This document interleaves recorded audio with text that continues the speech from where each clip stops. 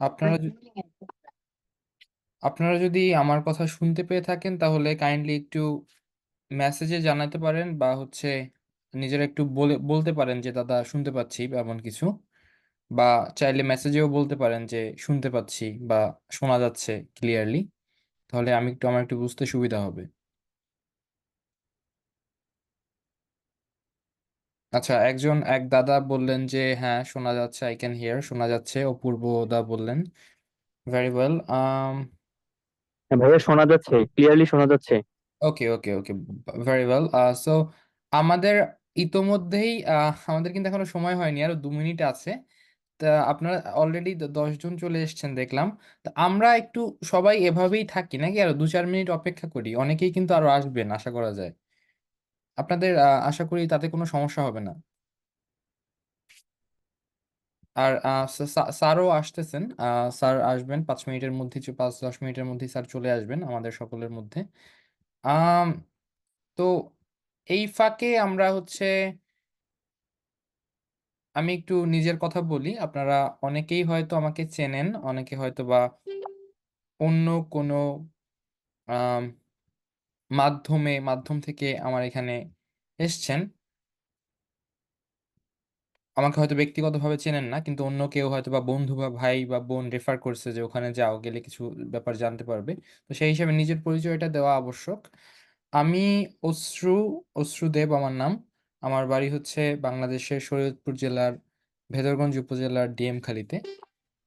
আমি আমার গ্রাম থেকেই এসএসসি এবং এইচএসসি কমপ্লিট করি। তারপরে চট্টগ্রাম বিশ্ববিদ্যালয়ে ছিলাম 1 বছরের মতো অ্যানথ্রোপোলজি ডিপার্টমেন্টে। অ্যানথ্রোপোলজি ডিপার্টমেন্টে থাকার পরে আমি যখন ফার্স্ট ইয়ার যখন শেষ হবে এমন একটা অবস্থায় কিন্তু আমি জাপানে একটা স্কলারশিপ সহ অ্যাডমিশন পাই। বর্তমানে আমি যে ইউনিভার্সিটিতে পড়ছি, দোশিসা ইউনিভার্সিটি, জাপানের কিয়োটো শহরে। এরপরে আমি গত বছর অর্থাৎ 2023 সালের সেপ্টেম্বরের প্রথম দিকে 9 তারিখে আমি চলে আসি জাপানে, এবং সেপ্টেম্বর ইনটেকটা ধরি এখানে। তো আমার ইচ্ছা ছিল যে আসলে নিজে কিভাবে কি করলাম না করলাম এই ব্যাপারগুলো অন্যদেরকেও জানানো। তো এই কারণেই মূলত আজকের এই এটাকে কনফারেন্স বা অনুষ্ঠান যাই বলেন, এটা করা, যাতে অন্য সবাই জানতে বা বুঝতে পারে। এবং সেই কারণে আমি স্যারকে অনুরোধ করেছিলাম যে উনি যাতে এসে আহ আমাদের সবার সাথে কথাবার্তা বলেন। ইয়েস, কেউ কি কিছু বলতে চাচ্ছেন? বললে একটু ক্লিয়ারলি বলেন।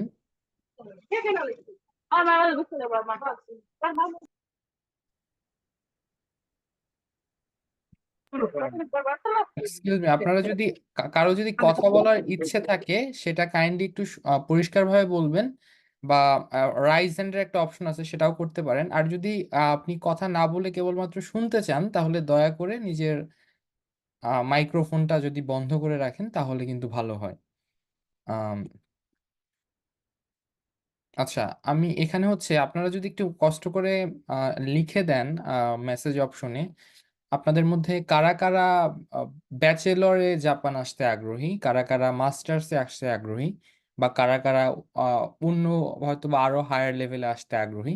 এই ব্যাপারগুলো যদি আপনারা একটু লিখে দেন তাহলে কিন্তু ভালো হয়। আমরা তাহলে বুঝতে সুবিধা হয় যে আমাদের এখানে কে কে কোন কোন জায়গা থেকে কেমন ব্যাকগ্রাউন্ড থেকে আছেন।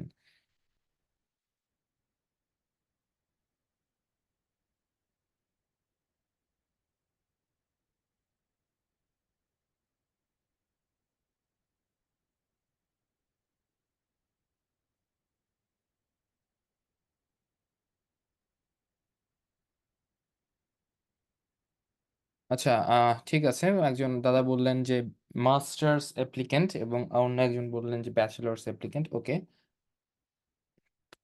অন্যরাও বললে ভালো হয়।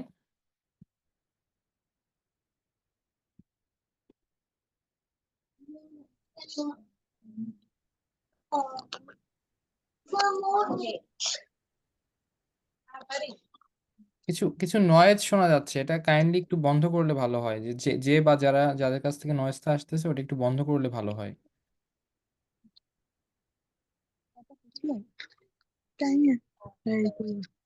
और 16 पार्टिसिपेंट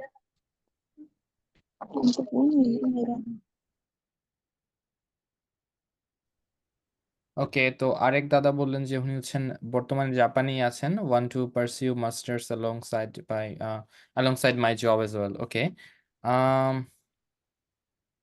আচ্ছা, দাদা আপনি কি করতেছেন এখন? জাপানে কি কোনো জব করতেছেন, বা এটা আমাদেরকে জানান। ওকে, আমি দেখতে পাচ্ছি আরো অনেক অনেকে কিন্তু এসছেন। আচ্ছা, আমি একটু বলে রাখি যে আজকের কনফারেন্সটা বা অনুষ্ঠানটা কিভাবে আমরা সঞ্চালন করব। তো প্রথমে স্যার তো এখনো যুক্ত হন নাই, উনি চলে চলে আসবেন একটু পরেই। তো স্যার আসার পরে হচ্ছে প্রথমেই আমরা আমি আপনাদের কাছ থেকে কোনো প্রশ্ন উত্তর বা প্রশ্নের দিকে যাব না। প্রথমে ইন জেনারেল স্যার কিছু, মানে উনি নিজের একটা বক্তব্য দিবেন আর কি, যে হ্যাঁ এইভাবে করলে ভালো হয়, এই বা ওই।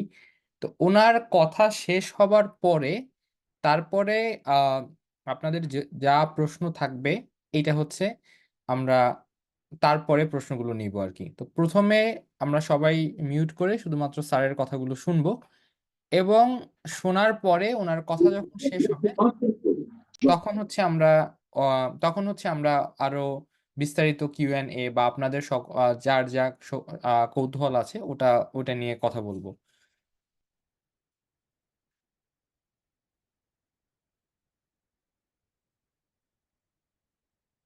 আচ্ছা, এটা একজন ওকে, একজন একজন লিখলেন যে আমি একটু ব্যস্ত আছি। আচ্ছা, সমস্যা, সরি, আচ্ছা ভুল বললাম। একজন লিখছেন যে দাদা আমি ব্যাংকের এই মুহূর্তে জব করছি, কোনোভাবে জব নিয়ে শিফট করতে পারবো কিনা। দাদা, আমি নিজেই তো স্টুডেন্ট, আমি তো জবের ব্যাপারে তেমন কিছু জানি না। So everything you may ask to the professor, কারণ উনি এক্সপার্ট এই বিষয়ে, আমি এক্সপার্ট না। আমি হচ্ছে জাস্ট মানে পুরো ব্যাপারটা অ্যারেঞ্জ করছি আর কি, যাতে ভাই ব্রাদার পাঁচজন একটু উপকৃত হন। কাজে আমি তেমন কিছু জানি টানি না। স্যারের কাছে স্যার আসবেন, চলে আসবেন একটুক্ষণের মধ্যেই, হয়তো 5 মিনিট আরো। ওনাকে একটু জিজ্ঞেস করবেন আর কি, ঠিক আছে? এই ওনার কথা শেষ হওয়ার পরেই যখন কিউ এন্ড এটা শুরু হবে, ওই সময় আপনি জিজ্ঞেস করবেন আপনার এটা সহ, যদি আরো কোনো প্রশ্ন থাকে সেটাও জিজ্ঞেস করবেন।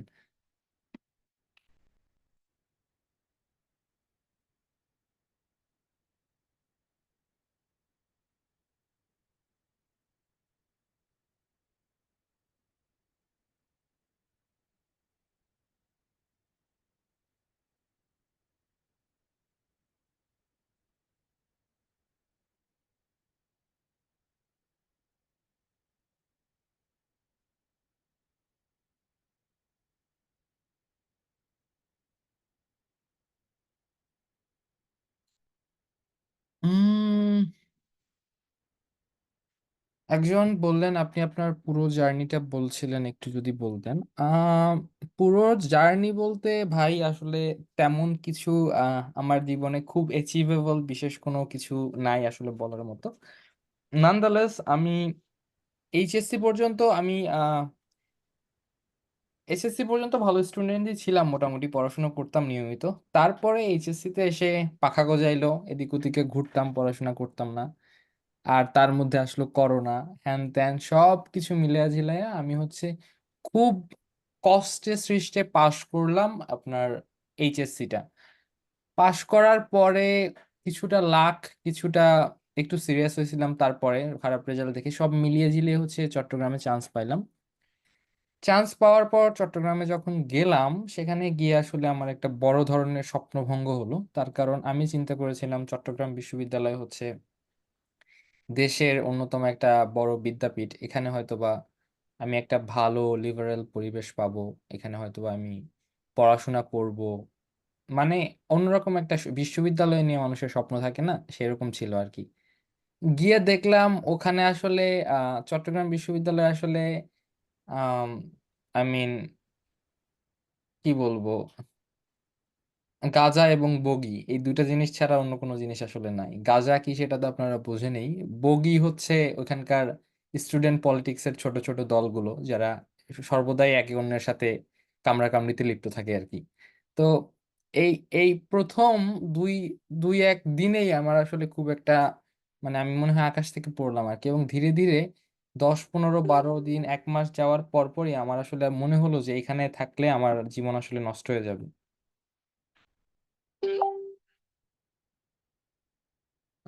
এটা মনে হওয়ার পরপরই আমি হচ্ছে বিদেশে আসার প্রস্তুতি নিতে থাকলাম। কারণ আমার তখন মনে হয়েছিল ওখানে পড়াশোনা কিছু হয় না, আসলে ব্যাপারটা তাই, ওখানে পড়াশোনা তেমন কিছু হয় টয় না। তো এর পরপরই আমি আইএলটিএস দিয়ে প্রস্তুতি শুরু করি এবং বিভিন্ন ইউনিভার্সিটিতে অ্যাপ্লাই করা শুরু করি। তারপরে ভাই ওইখানে আপনার এক্সেপ্টটা মানে বিভিন্ন ইউনিভার্সিটিতে অ্যাপ্লাই করা শুরু করি এবং অনেক জায়গায় আমি ফেইলারও হয়েছিলাম আর কি। যেমন আমি প্রায় 5-6টা ইউনিভার্সিটিতে অ্যাপ্লাই করছিলাম। তাছাড়াও বিভিন্ন দেশের কয়েকটা স্কলারশিপের জন্য আবেদন করছিলাম, যেমন আমি হচ্ছে আমেরিকায় 2টো ইউনিভার্সিটিতে অ্যাপ্লাই করছিলাম, জাপানে এই যে দোষিসে অ্যাপ্লাই করছিলাম, তারপরে হচ্ছে অস্ট্রেলিয়াতে অ্যাপ্লাই করছিলাম, ইউকেতে অ্যাপ্লাই করছিলাম, তারপরে ও আপনার ভারত সরকারের স্টাডি ইন ইন্ডিয়া প্রোগ্রামে অ্যাপ্লাই করছিলাম, তারপরে হচ্ছে রোমানিয়ান সরকারের রোমানিয়ান ফরেন মিনিস্ট্রির দেওয়া এমএফএ স্কলারশিপ ওটার জন্য অ্যাপ্লাই করছিলাম, এবং তারপর হচ্ছে হাঙ্গেরিতে স্টাইপিয়াম হাঙ্গেরিকাম নামে একটা ইয়ে আছে, স্কলারশিপ প্রোগ্রাম আছে হাঙ্গেরিয়ান সরকারের, ওটার মধ্যে অ্যাপ্লাই করছিলাম। কিন্তু আমার আসলে অধিকাংশ জায়গায় আমি ফেল করছি। তারপরেও ধীরে ধীরে ধৈর্য রেখে শেষ পর্যন্ত আমার জাপানের এই জায়গাটায় আসছে আর কি। তো আসার পরে তো হচ্ছে ওই তখন আমি চবিতে ছিলাম আর কি, তো এটাকে যখন কনফার্ম হয়ে গেল তখন আমি সব আমার আহ কি বলে ব্যাগ অ্যান্ড ব্যাগেজ সব নিয়ে আমি ওখান থেকে চলে আসলাম। তারপরে আরো 2-1 মাস সময় লাগলো পুরো কাজটা প্রসেস করতে। আহ তারপর সেপ্টেম্বরের প্রথম দিকে হচ্ছে আমি ভিসা পেলাম, ভিসা পেয়েই তো চলে আসলাম এখানে। তো ইট ওয়াজ কোয়াইট এ জার্নি সব মিলিয়ে। আমি একটু স্যারকে নক দিচ্ছি যে স্যার ওনার কোনো কারণে আসতে দেরি হচ্ছে কিনা, আপনারা কাইন্ডলি একটু অপেক্ষা করুন এখানে। আপনারা তো প্রায় এক মা এক সা- কি বলবো প্রায় 7 দিন 10 দিনের মতো অপেক্ষা করেছেন জিনিসটার জন্য, দয়া করে আর একটু 5 মিনিট অপেক্ষা করুন, আমি দেখছি। স্যার হয়তো বা একটু ব্যস্ত আছেন কোনো কারণে, বাট উনি অবশ্যই আসবেন। আহ হ্যাঁ, এর মধ্যে আপনাদের যদি কারো কিছু বলার থাকে, কোনো কিছু শেয়ার করার থাকে, সেটা হচ্ছে আপনারা এই মুহূর্তে কিন্তু নিজেকে আনমিউট করে করতে পারেন, কোনো অসুবিধা নাই, feel free to say anything you want. হ্যাঁ ভাইয়া, হ্যাঁ ভাই, বলুন। এই যে আপনি যে বিভিন্ন জায়গায় অ্যাপ্লিকেশন করছেন, এটার জন্য কি একটা প্রোফাইলই ছিল নাকি আলাদা আলাদা প্রোফাইল তৈরি করতে হয়েছে? No no, depends. যেমন আমেরিকাতে যে 2টো ইউনিভার্সিটিতে অ্যাপ্লাই করছিলাম, দুটো একই প্রোফাইলে হয়েছিল আর কি। কিন্তু ইউরোপের স্কলারশিপ গুলোর জন্য আবার আমার আলাদা প্রোফাইল তৈরি করতে হয়েছে, ইন্ডিয়াটার জন্য আলাদা করতে হয়েছে, আবার জাপানের জন্য কিন্তু আবার আলাদা করতে হয়েছে। আম, আবার ইউকেতে যখন আমি অ্যাপ্লাই করি তখন 4-5টা ইউনিভার্সিটিতে অ্যাপ্লাই করছিলাম, ওইখানে একটাই প্রোফাইল দিয়ে একটা অ্যাকাউন্ট থেকেই, এটাকে বলে ইউসিএস, ওইখান থেকে অ্যাপ্লাই করে দিয়েছিলাম। কাজেই এটা মূলত দেশ দেশ ভেদে ভেদে আছে, ভিন্ন হয় আর কি। আচ্ছা, বুঝতে পেরেছি। হ্যাঁ, অন্য অন্য কারো যদি কিছু বলার থাকে আপনারা বলুন, কোনো অসুবিধা নাই। দাদা আপনার আইএলটিএস এ মার্ক কত ছিল? আইএলস এ তো মার্ক হয় না ভাই, আইএলস এ হয় হচ্ছে স্কোর। আইএলস এ 9 ব্যান্ডের মধ্যে স্কোর দেওয়া হয়, তো আমার ছিল 7। জি, বুঝতে পেরেছি। হ্যাঁ, আচ্ছা, আমরা দেখলাম 23 জন চলে আসছে। ওকে, আমি একটু নিজেকে মিউট করতেছি কারণ স্যার হচ্ছে ওনাকে স্যার হচ্ছে ইয়ে করবে, আমি স্যারকে একটা কল দিব এখনই, স্যার হয়তো বা কোনো কারণে একটু আটকে গেছেন, বাট আপনার দয়া করে চিন্তা করবেন না। আমি নিজেকে একটু মিউট করতেছি, আপনারা যদি নিজেদের মধ্যে কিছু বলার থাকে এটা বলতে পারেন, কোনো সমস্যা নাই। Osro, I am in already. Can you hear me? Yes sir, welcome sir. Okay, thank you, Osro, for arranging today's session. And I think it's already time. So I'm a little bit late joining. So again, thank you so much. And those who have attended to this session, definitely I want to, give thanks to all those. I think most of them may feel comfort if I speak in Bangla, right? Yeah, yes sir, I think it's preferable to speak in Bangla Okay. because like yeah, most of the people don't understand certainly. Okay, that's good. So thank you so much again অসরো। আমার মনে হয় যেটা যে যারা আজকে attend ইতিমধ্যে করেছে, আমি এগেইন বাংলায় তাদেরকে ধন্যবাদ দিচ্ছি। এবং লেট মি ইন্ট্রোডিউস, আমাকে প্রথমে তো আমার একটা ইন্ট্রোডিউস মানে করা উচিত, হু এম আই। সো এটা আমি শেয়ার দিচ্ছি এখানে আমার যারা মানে আজকে অ্যাটেন্ড করছে তারা ইজিলি ক্যান ফাইন্ড মি, কোনো সমস্যাই নেই। আমরা যদি দেখি একটু ওয়েবসাইটে যাই, যে কোনো আপনার গুগলে যে if you just simply type my name, then you can see me, I mean where I am working. So আমি গুগলটা একটু দেখিয়ে দিচ্ছি। এইখানে আমরা যদি কোবে ইউনিভার্সিটি, এটা হলো ওদের মাস্টার ডিগ্রি প্রোগ্রাম, আপনারা একটু দেখে নেবেন সবাই। ফ্যাকাল্টি বা সরাসরি অ্যাডমিশনে আমরা চলে যাই, admission SESAMI program, Kobe university, this is master degree program. So এখানে আপনারা যদি ক্লিক করেন তাহলে দেখবেন এখানে ফ্যাকাল্টি একটা ডেফিনেটলি একটা আই মিন একটা আইকন আছে। তো এখানে আপনারা যদি ক্লিক করেন তাহলে আপনি দেখবেন যে এখানে কারা কারা আছে। আমি নিচের দিকে যাব না, you can check. Strategic entrepreneurship, এখানে আছে Kutsuna sensei, he is Japanese. Richard Smith, he is American. এবং এখানে আপনারা আমার নাম দেখতে পারবেন, এবং definitely at that time still I am there Doshisha ইউনিভার্সিটিতে, যেখানে অশ্রু এখন পড়াশোনা করছে। সো আমাকে চাইলে ডেফিনেটলি আপনারা এই ওয়েবসাইটে দেখতে পারবেন, which is Kobe University. Kobe University is a government university এবং এটা one of the top universities in Japan. এছাড়া আমি যেখানে ওয়ার্ক করছি এই মুহূর্তে, সেটা হচ্ছে অ্যানাদার গভর্নমেন্ট ইউনিভার্সিটি। সেখানে আপনারা যদি যান, এটা হচ্ছে ইউনিভার্সিটি অফ হিয়োগো। এখানে যে faculty department of global business, graduate school of social science. যদি আমরা এখানে যাই, এটা ইউনিভার্সিটি অফ হিয়োগো, এটাও কোবেতে, this is another government university. এইখানে ফ্যাকাল্টিতে যদি আপনারা যান, then you can see my profile. এইখানে গেলে ডিটেলস এখানে পাওয়া যাবে। এখানে আপনারা দেখতে পাচ্ছেন এই যে আমার নাম লেখা আছে, আধিকারী বিষ্ণু কুমার। এরা আসলে টাইটেলটা আগে দেয়, সেই হিসাবে আধিকারী, বাট আমার name is Bishnu Kumar Adhikari. Sir excuse me, yes, একটা বিষয়, কয়েকজন মনে হয় একটু রিকোয়েস্ট দিয়েছেন কিন্তু ওনাদেরকে অ্যাকসেপ্ট করা হচ্ছে না এখন, একটু কাইন্ডলি কি দেখবেন? শিওর। আমাকে মেসেজ দিয়ে বলতেছে যে ভাই অ্যাকসেপ্ট তো হচ্ছে না, আমরা রিকোয়েস্ট দিয়ে বসে আছি। ওকে, আমি একটু দেখি তাহলে ইয়েস। কারা কারা আছেন এখানে। ওকে, participants 24 chat, let me see. এই যে আলহামদুলিল্লাহ।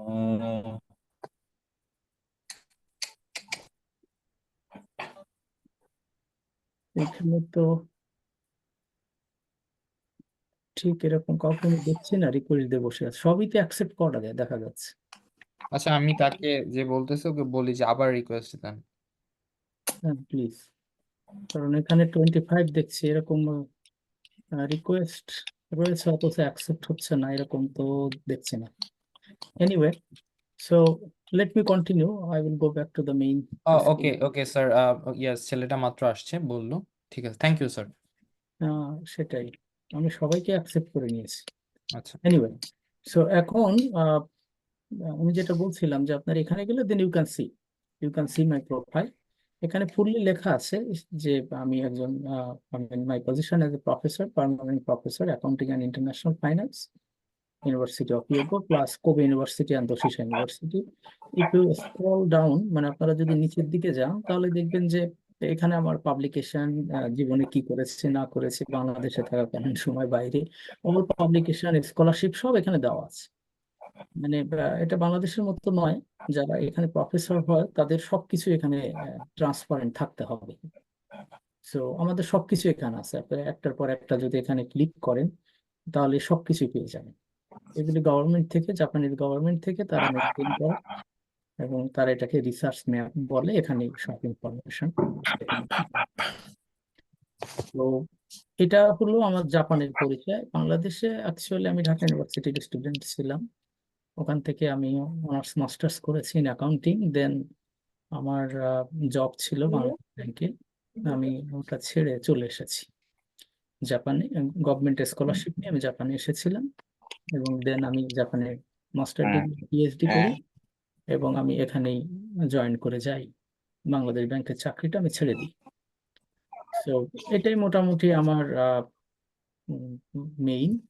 এখানে যদি ব্যাকগ্রাউন্ড বলি, যেহেতু আমি বাংলাদেশ লিভ করেছি অলমোস্ট 17 ইয়ার্স বিফোর, এখন আর সেটা না বলাই ভালো, যেহেতু জাপানে আমি রয়েছি। এক্সকিউজ মি, তো there is someone called Shafiqul Islam, আপনি কাইন্ডলি নিজের মাইকটা একটু অফ করে নেন, বিভিন্ন ধরনের সাউন্ড আসতেছে আপনার ওইখান থেকে। Shafiqul Islam, yes, thank you very much. তো আপনারা যারা, যেহেতু অশ্রু বলছিল যে আপনারা যাদের মনে করেন মাইক ওপেন রয়েছে, মাউথ স্পিকার, প্লিজ এই মাইকটাকে আপনারা কিন্তু সবাই মিউট করেন, তা নাহলে আমার কথা শুনতে পারবেন না। অ্যান্ড যেহেতু আমি জাপানে থাকি, আমাদের কিন্তু অত চেঁচিয়ে কথা বলতে পারি না আমরা। Japanese are very gentle people, তারা বাংলাদেশের মতো শাউট করতে পারে না। So long years of teaching experience in Japan, definitely আমার পক্ষে অত জোরে চেঁচিয়ে কথা বলা সম্ভব না। সো আমরা খুব পোলাইটলি কথা বলি সবসময়। তো সেই হিসাবে আপনারা যদি মাইক বন্ধ করে রাখেন সেটা ভালো হবে আপনাদের জন্য। এনিওয়ে, তো অশ্রু আগেই বলছিল যে আজকের যে সেশন, সেখানে আমি বেসিক্যালি আপনাদেরকে শেয়ার করব যে জাপানে কি অপরচুনিটি আছে, এবং জাপানে আসতে হলে কি কি রিকোয়ারমেন্ট আপনাদের লাগবে, আর গ্রাজুয়েশন করার পরেই আপনাদের কি ভবিষ্যৎ আছে যদি যা আসতে চান। এই জাপানটা এই মুহূর্তে বেশ ইম্পর্টেন্ট হয়ে উঠেছে, বিকজ আপনারা হয়তো জানেন যারা ট্রাই করছেন, স্পেশালি প্যারেন্টস সাইডে। কারণ এখানে যদি আন্ডার গ্রাজুয়েটের স্টুডেন্ট বেশি থাকে, আই ডোন্ট নো, তাহলে তাদের অত এখন অভিজ্ঞতা হয়ে পারেনি, বাট তাদের প্যারেন্টস এর তো ডেফিনেটলি হবে। সেটা হচ্ছে, এরা কিন্তু মানে আমাদের মেইন টার্গেট কান্ট্রি যেটা ফর দ্য গুড স্টুডেন্টস, এটা তো আমরা সবাই জানি যে আমরা সবাই ইউএসএ যেতে চাই, অস্ট্রেলিয়া যেতে চাই, কানাডা যেতে চাই, ওর সাম গুড ইউরোপিয়ান কান্ট্রিজে যেতে চাই। বাট দ্য মেজর প্রবলেম এই মুহূর্তে যেটা হয়েছে, সেটা হচ্ছে যে আপনাদের কিন্তু ওইখানে এখন আর স্কলারশিপ দিচ্ছে না, ইভেন অ্যাডমিশনও দিচ্ছে না, প্লাস ওরা এই ডাবল করে ফেলেছে টিউশন ফি, আর ওখানে বেশ ঝামেলা হচ্ছে। আমি যতজন স্টুডেন্টকে জানি, তাদের মা বাবা খুব সিরিয়াস ক্রাইসিসে আছে, বিকজ অনেক টাকা দিয়ে ওখানে যাওয়ার পরও কোনো ধরনের কিন্তু জবের নিশ্চয়তা নেই, পার্ট টাইম জব, এবং বাড়ি থেকে টাকা পাঠাতে হচ্ছে, এবং ইট ইজ হিউজ এক্সপেন্স। তো যেহেতু এরকম একটা সমস্যা হয়েছে, সো রিসেন্টলি আমি দেখছি যে বাংলাদেশ থেকে কিন্তু বেশ ভালো ভালো স্টুডেন্ট, আইএলটিএস 7.5 ইভেন 8 পাওয়া স্টুডেন্ট ইজ অ্যাপ্লাইং। কারণ এই স্টুডেন্টগুলা টার্গেট করেছিল ইউএস প্লাস আদার কান্ট্রিজ, তারা ওখান থেকে রিজেক্টেড হওয়ার কারণে জাপানে আসছে। তো এবার আমি ডাইরেক্টলি জাপানের প্রসঙ্গে বলি যে জাপান কিন্তু আমাদের এশিয়ার মধ্যে যেহেতু অবস্থিত, it is one of the best country, technologically advance country, and it is a safe country. এদের কিন্তু আচার ব্যবহার যদি আমরা বলি, তাহলে definitely number one in the world. এরা কারোর সঙ্গে রাগ করে কথা বলে না, সবার সঙ্গে খুব ভালোভাবে কথা বলে, মিষ্টি কথা বলে। সো সেই দিক দিয়ে Japan is a very nice country, specially for the women, যারা গার্লস আছে, যারা এখানে পাঠাতে চায়, মা বাবা হয়তো অনেক সময় মানে ইনসিকিউরিটি ফিল করে, তাদের জন্য এই জায়গাটা খুবই ভালো। সো এবার চলে আসি যে কি সুযোগ সুবিধা আছে। আমি প্রথমে আন্ডার গ্রাজুয়েটের কথা বলবো। যেহেতু জাপান, এখানে কিন্তু আমাদের জাপানিজ ল্যাঙ্গুয়েজটা ভীষণ দরকার। বাংলাদেশ থেকে তো আর জাপানিজ ল্যাঙ্গুয়েজ ওইভাবে শিখে এখানে এসে অ্যাডমিশন টেস্ট দিয়ে চান্স পাওয়াটা ডিফিকাল্ট। সো যে কারণে জাপানিজ ল্যাঙ্গুয়েজ যেখানে অফার করে, মানে undergraduate programme, mostly universities সেটাই করে। আমাদের অত ইউনিভার্সিটি নেই, ইউনিভার্সিটি আছে আসলে অনেক কম। সেই ইউনিভার্সিটিগুলোতে ইংলিশ মিডিয়ামে অফার করা হয়। এটা কিন্তু খুবই কম্পিটিটিভ। সব মিলিয়ে আমি যদি বলি তাহলে around 20 universities, private and public in Japan. এই 20 ইউনিভার্সিটিসই কিন্তু আন্ডার গ্রাজুয়েটে ইংলিশে প্রোগ্রাম অফার করে। Undergraduate means it could be BBA, it could be BSc, I mean engineering subjects, অথবা আমাদের যে কমার্স আছে সেটা, বা আর্টস আছে। এইখানে কিন্তু সব মিলে 20টা ইউনিভার্সিটি, তার বেশি হবে না। So competition is very high. এখন আমাদের চিন্তা করতে হবে যে এই ইউনিভার্সিটিতে আমরা যে আসব, তাহলে আমাদের কি রিকোয়ারমেন্ট আছে বা কেমন খরচ আছে। আমি আবারও বলি, আন্ডার গ্রাজুয়েটে ইংলিশ মিডিয়াম ইউনিভার্সিটির কথা বলছি, কারণ জাপানিজ মিডিয়ামে আমরা আসতে পারবো না। এই জন্য পারবো না কারণ জাপানিজ মিডিয়ামে পড়ার মতো জাপানিজ ল্যাঙ্গুয়েজের যে এফিসিয়েন্সি, সেটা বাংলাদেশিদের কারোর হবে না, এটা সম্ভব নয়। সো ওই প্রসঙ্গ বাদ। আমরা যেখানে ইংলিশে পড়া যায় সেটা বলি। যেহেতু আমাদের মাদার টাং হলো বাংলা, এরা কিন্তু ওই আইএলটিএস, টোয়েফেল বা এনি আদার যে আমাদের মিডিয়া আছে যেগুলা দিয়ে আমরা টেস্ট করতে পারি, যেমন অনেকে ইদানিং শুনছে আমি ডুলিঙ্গো, আমরা আগে অ্যাকসেপ্ট করতাম না, maybe some universities started accepting this, যে ওই ডুলিঙ্গোটাও এখন নিচ্ছে। বাট মেইন হলো আইএলটিএস অর টোয়েফেল, এইটা কিন্তু থাকতে হবে, এবং সেটা মিনিমাম স্কোর ভ্যারি করে ইউনিভার্সিটি টু ইউনিভার্সিটি, বাট 6-এর নিচে হলে কিন্তু আর হবে না, মানে আপনি অ্যাপ্লিকেশনই করতে পারবেন না যদি বিলো 6 হয়। মেজরিটি কেসে 6.5 ইজ দ্য বার, মানে 6.5 হলে আপনি একটা ভালো ইউনিভার্সিটিতে অ্যাপ্লাই করতে পারবেন, এর নিচে হলে মোটামুটি লো র্যাঙ্ক ইউনিভার্সিটিতে অ্যাপ্লাই করতে পারবেন, আর যদি আরো উপরে যায় তাহলে ভালো ইউনিভার্সিটি উইথ স্কলারশিপ আপনি আসতে পারবেন। সো বেসিক্যালি আপনার প্রিভিয়াস রেজাল্ট, মানে এসএসসি এবং এইচএসসি রেজাল্ট প্লাস এখানে আইএলটিএস এর স্কোরের উপরেই নির্ভর করবে যে আপনি কত ধরনের সুযোগ সুবিধা পাবেন, মানে আপনি টিউশন ওয়েভারটা ফুল পাবেন না 50% পাবেন, নাকি আপনি মোটেই পাবেন না, অথবা অন্য কোনো ফ্যাসিলিটিস আপনি পাবেন কি পাবেন না। এগুলি সম্পূর্ণ নির্ভর করছে এই 3টি ডকুমেন্টের উপরে। এছাড়া ওদের কিছু নিজস্ব ডকুমেন্ট আছে, ওরা আপনাকে জিজ্ঞেস করবে, for example, why do want to study in Japan, why do you want to study this subject, এরকম কিছু ওরা প্রেসক্রাইব ফরম্যাটে দিয়ে দিবে, সেগুলো আনসার করে দিতে হবে এই আর কি।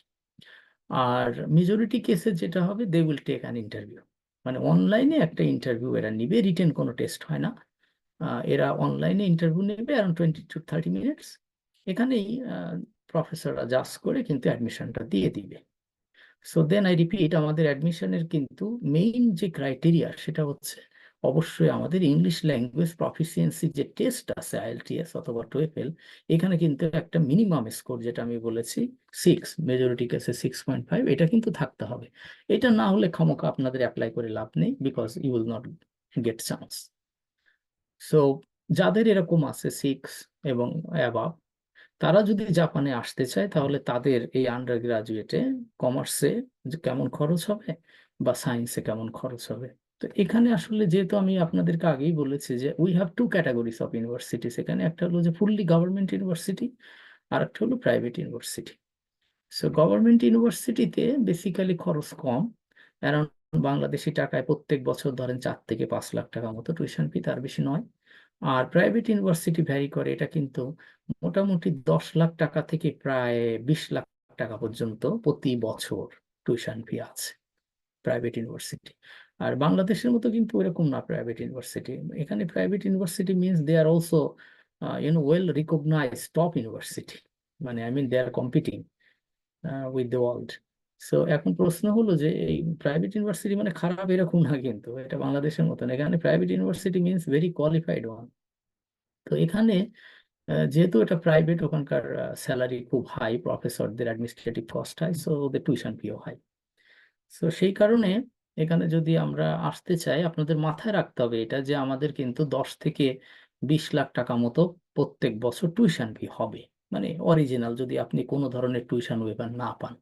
এখন ধরেন আপনি টিউশন ওয়েভার পেয়ে গেলেন 100%, তাহলে তো আর এটা লাগছে না। এখন প্রশ্ন হলো যে আমি টিউশন ওয়েভার পাবো কতটুকু বা পাবো কিনা, এটা কিন্তু এখন বলা যাবে না, আপনাদেরকে অ্যাপ্লিকেশন করতে হবে, এবং সেক্ষেত্রে কমিটি থাকে, কমিটি ওগুলো স্ক্রিন করে, করে একটা ওভারঅল ডিসিশন নেওয়া হয় যে কত পার্সেন্ট টিউশন ওয়েভার দেওয়া হবে। সো এক্ষেত্রে কিন্তু আপনি একমাত্র অ্যাপ্লিক্যান্ট নন, কারণ এ তো সারা বিশ্ব থেকে এই অ্যাপ্লিকেশনটা পড়ে। সো গ্লোবালি কিন্তু আমরা এগুলারে দেখি আর কি, সব অ্যাপ্লিক্যান্ট গুলারে একসাথে নিয়ে দেন আমরা দেখি who is basically the desired candidate. So যারা বেটার হয় তাদেরকে দিয়ে দেওয়া হয়, আই মিন 100% টিউশন ওয়েভার দেওয়া হয়, কাউকে 50% দেওয়া হয়। সো এইটা মাথায় রাখতে হবে যে আপনি অ্যাপ্লাই করলে 100% পাবেন এমন কোনো কথা কিন্তু নেই। বাট আপনার যদি আইএলটিএস এ ভালো স্কোর থাকে, টোএফএল এ থাকে ভালো স্কোর, অথবা মনে করেন আপনার এই যে প্রিভিয়াস একাডেমিক ব্যাকগ্রাউন্ডে ভালো স্কোর থাকে, তাহলে উই ক্যান এক্সপেক্ট যে আপনি একটা ভালো টিউশন ওয়েভার পাবেন। Although it is not guaranteed, কিন্তু আমরা এক্সপেক্ট করতে পারি যে আপনি পাবেন। সো এইখানে সেইভাবে কিন্তু আমাদের আগে থেকে মেন্টাল প্রিপারেশন নিয়ে এই কথাটা বলতে হবে আর কি, মানে অ্যাপ্লিকেশন গুলো করতে হবে, তা না হলে কিন্তু কোনো মানে খামোকা সময় নষ্ট হবে। আমি আবারও রিপিট করি, যেটা আছে সেটা হচ্ছে যে গভর্নমেন্ট ইউনিভার্সিটিতে খরচ mostly half of the private university, আর আপনি কতটুকু টিউশন ওয়েভার পাবেন সেটা নির্ভর করছে আসলে আপনার এই ডকুমেন্টগুলো আইএলটিএস এর স্কোরের উপরে, এবং ওরা একটা ইন্টারভিউ নেবে যেটা অ্যাডমিশন ইন্টারভিউ, সেটার উপরে। এটা আগে থেকে কিছু বলা যাবে না।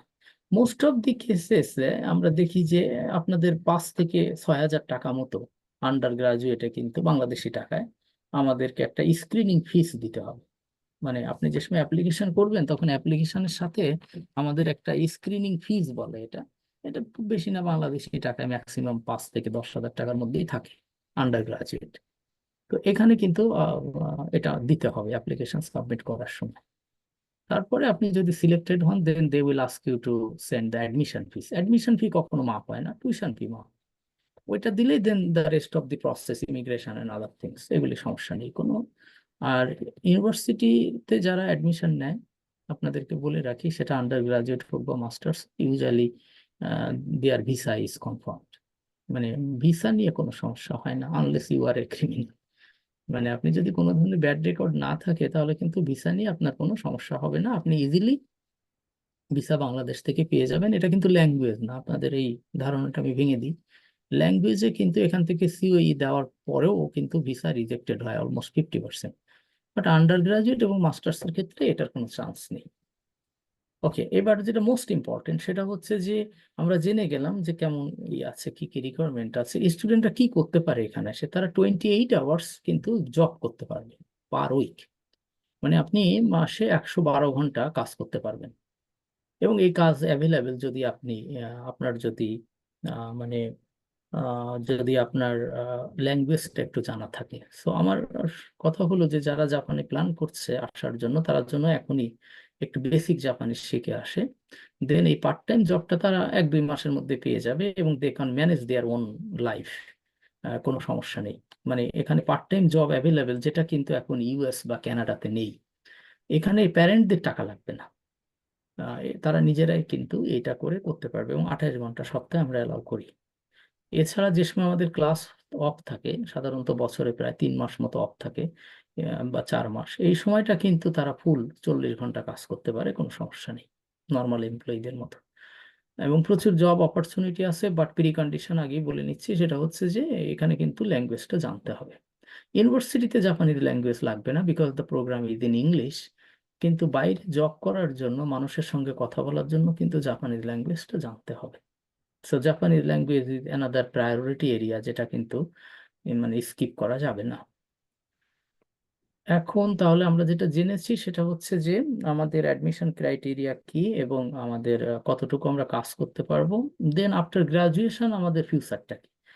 আমি যেটা আপনাদেরকে বলতে পারি সেটা হচ্ছে যে যারা জাপানিজ ল্যাঙ্গুয়েজে ভালো এবং গ্রাজুয়েশন করলো জাপান থেকে, তারা সবাই জব পাবে, ইট ইজ গ্যারান্টিড। কারণ হলো জাপানের পপুলেশন ডিক্লাইন করছে, আমাদের আসলে এখানে ওয়ার্কার দরকার, এমপ্লয়ি দরকার। এখানে প্রতিনিয়ত পিপল কমে যাচ্ছে, যেটা বাংলাদেশে উল্টা। এখানে গত প্রায় মনে করেন 15-16 বছরের ডেটা যদি আমি আপনাদেরকে দিই, প্রায় 1 কোটি মানুষ কিন্তু কমে গেছে এখানে। সো আমরা এখন অ্যারাউন্ড 12 কোটি 21 লক্ষ জাপানের লোক সংখ্যা, বাংলাদেশের থেকে অনেক কম। তো 12 কোটি 21 লক্ষ, আমরা আশা করছি 2040-এ এটা 8 কোটিতে নেমে আসবে, এরকম একটা অবস্থা। So we need people. তো সেই হিসাবে কিন্তু এখানে আপনার অপরচুনিটি রয়েছে জব করার, বাট প্রি কন্ডিশন হলো এই ডিগ্রির পাশাপাশি, সেটা হচ্ছে you must have Japanese language efficiency. এটা কিন্তু মাথায় রাখতে হবে।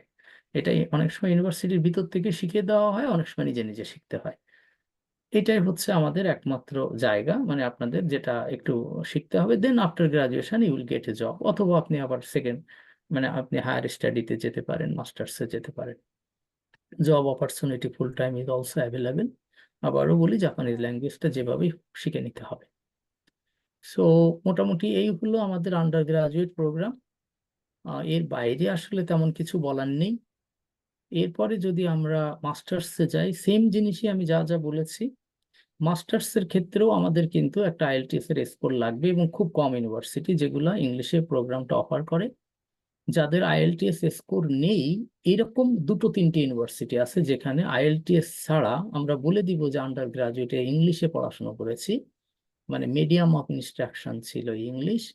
ওইটা দিয়ে কিন্তু আমাদের কয়েকটা ইউনিভার্সিটিতে আমরা অ্যাপ্লাই করতে পারবো। মানে আইএলটিএস এর স্কোর লাগবে না, this is only for masters programme.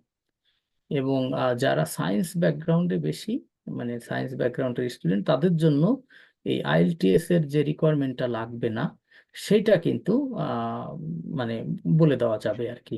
এই জায়গাটা যেখানে ওরা আইএলটিএসটা চায় না, ওরা বলে যে ঠিক আছে, তুমি যে পড়াশোনা করেছো ইংলিশে আন্ডার গ্রাজুয়েট বা মাস্টার্স, ওর একটা সার্টিফিকেট দাও, ওইটাকে আমরা মিডিয়াম অফ ইনস্ট্রাকশন বলি। বাংলাদেশ থেকে এগুলো অনেকেই অনেকভাবে ম্যানেজ করে টোরে দেয়। So mainly we will have an interview মাস্টার্সের ক্ষেত্রে, এবং we will check your English language proficiency. আর যেটা করা হয় সেটা হচ্ছে যে একটা থিসিসের একটা প্রপোজাল লিখতে বলা হয়, অথবা একটা এসে। সো উই চেক যে আপনি কোন এরিয়াতে কাজ করবেন। একটা জিনিস মনে রাখতে হবে যে জাপানে কিন্তু এখানে হলো মাস্টার ডিগ্রি 2 ইয়ার্স, এবং এখানে কিন্তু একটা থিসিস লিখতে হয় মাস্টার্সে। সো বেসিক্যালি আমরা স্টুডেন্টদেরকে বলি যে তুমি যে জাপানে আসবা কোন সাবজেক্টে পড়তে চাও, বিকজ ওই সাবজেক্টের আন্ডারে সে একটা টাইটেল ঠিক করবে, এবং তার উপরে সে থিসিস লিখবে আন্ডার এ সুপারভাইজার, মানে একজন প্রফেসর থাকবে যিনি সুপারভাইজ করবেন। সো এই কারণে ওইটা একটা ইম্পর্টেন্ট জায়গা, ওইটা লিখতে হবে যারা অ্যাপ্লিকেশন করবেন। এছাড়া university to university requirement vary করে, নাথিং ইজ ফিক্সড। মানে এরকম না যে সমস্ত জাপানের সব ইউনিভার্সিটি একই ধরনের অ্যাপ্লিকেশন বা রিকোয়ারমেন্ট, সেটা না। বাট মেজর জিনিস হলো মাস্টার্স আসতে হলে ডেফিনেটলি আন্ডার গ্রাজুয়েট পাস থাকতে হবে। যে কোনো সাবজেক্ট থেকে আপনি যে কোনো জায়গায় পড়তে যেতে পারবেন। বাট এরা প্রেফার করে সায়েন্সের যে স্টুডেন্টগুলি আছে, তারা এসে মনে করেন যে আপনি আইটি পড়বেন, তাই না, সে আপনি নেটওয়ার্ক অ্যাডমিনিস্ট্রেটর হতে চান, বা আর্টিফিশিয়াল ইন্টেলিজেন্স আছে এটা পড়তে চান, ডেটা সায়েন্স পড়তে চান। তারপরে জাপানের যে কমিক্স ডেভেলপমেন্ট তারা করে, যেটা এই যে সেক্টর গুলা, কার্টুন যে আঁকায়, এগুলা, এইসব জিনিসগুলা কিন্তু বেসিক্যালি যারা সায়েন্স ব্যাকগ্রাউন্ড তাদেরকে প্রেফার করে এরা।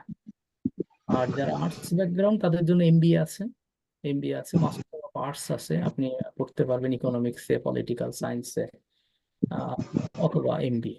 যে কোনো ব্যক্তি যে কোনো জায়গায় পড়তে পারে, এটা কোনো সমস্যা নেই। বাংলাদেশের মতো না, আপনি সায়েন্স থেকে এমবিএ তে আসতে পারবেন, আবার আপনি কমার্স থেকেও কিন্তু এই যে সায়েন্সের যে সাবজেক্ট আছে সেখানে যেতে পারবেন, প্রোভাইডেড যে আপনার নলেজ আছে, বিকজ উই উইল চেক যে আপনি যেহেতু সায়েন্স ব্যাকগ্রাউন্ড না, but you want to study network administration for example, so whether you know the basic of computers or not, এরকম কিছু জিনিস আমরা চেক করি আর কি।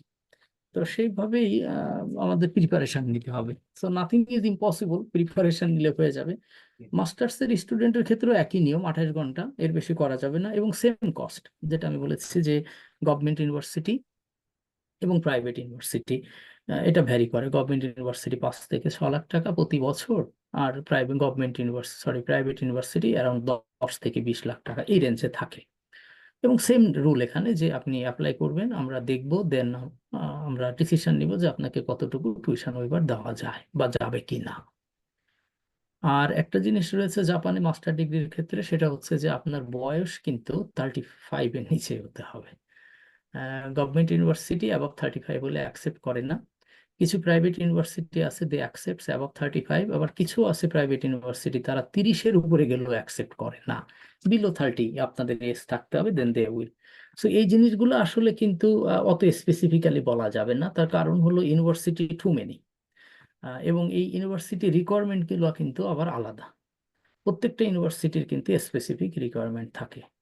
সো একটা ফাইল হাতে পড়লে, বা একটা স্টুডেন্ট যদি তার সমস্ত একাডেমিক ডকুমেন্টস বা আদার যে কোয়ালিফিকেশনস আছে ওগুলা যদি দিয়ে দেয়, তখন কিন্তু দেখে বলা যাবে যে সে আসলে এলিজিবল কিনা, এর আগে বলা যাবে না। সো এক্ষেত্রে আপনারা অস্ত্রর সঙ্গে কথা বলে নেবেন, because I am very busy, আমার পক্ষে এইভাবে সময় দেওয়া সম্ভব নয়। So Osru is taking the responsibility. Osru got full scholarship with living expense. So Osru knows very well definitely. এবং ওই এই সোশ্যাল ওয়ার্কটা করছে। তো আমার মনে হয় যে আপনাদের যদি কোনো কনফিউশন থাকে তাহলে আপনারা কিন্তু ওই অস্ত্রের সঙ্গে কথা বলে নেবেন। এই হলো আমাদের মোটামুটি জাপানের সিচুয়েশন। আমি যদি কনক্লুড করি আমার যে লেসনটা, সেটা হচ্ছে যে Japan is a nice country. আমি আবারও বলবো, একাডেমিক কোয়ালিফিকেশন যদি আপনার একটু ভালো থাকে আপনি স্কলারশিপ পেয়ে যাবেন, কিন্তু গ্যারান্টি দেওয়া যাবে না। আর হচ্ছে এখানে আপনি আন্ডার গ্রাজুয়েটে আসতে হলে অবশ্যই আইএলটিএস এর স্কোর থাকতে হবে। মাস্টার্সে আসতে হলে 2-3টে প্রাইভেট ইউনিভার্সিটি আছে যেখানে আইএলটিএস এর স্কোর লাগে না, বাট এদের আবার একটু কস্টলি আর কি। সো এই হলো ব্যাপার, আপনি পার্ট টাইম জব করে চলতে পারবেন, বাট জাপানিজ ল্যাঙ্গুয়েজটা লাগবে। আর যদি জাপানিজ ল্যাঙ্গুয়েজ ভালো জানা থাকে, আফটার গ্রাজুয়েশন আপনারা সবাই জব পেয়ে যাবেন। ইউজুয়ালি পার্ট টাইম 28 আওয়ার্স মতো দেওয়া হয়, আর যখন আপনাদের ক্লাস থাকবে না 40 আওয়ার্স করতে পারবেন। এই হলো মোটামুটি আমাদের টোটাল যে জিস্ট, যদি আমি আপনাদেরকে বলি। হোপফুলি আপনাদের হয়তো বুঝতে পেরেছেন। এরপরে কারো স্পেসিফিক কোশ্চেন থাকলে আপনি এখন আমাকে জিজ্ঞেস করতে পারেন। স্যার স্যার নমস্কার স্যার, আমি একটু কথা বলতে চাচ্ছিলাম স্যার। Please. স্যার আমি রঞ্জন তালুকদার, আমার home district Gopalganj. Okay, sir আমার বয়স 32, আমার accounting honours masters Barishal govt BM college থেকে। এখন স্যার আমার খুব ইচ্ছে মানে উম, জাপানে যাওয়ার।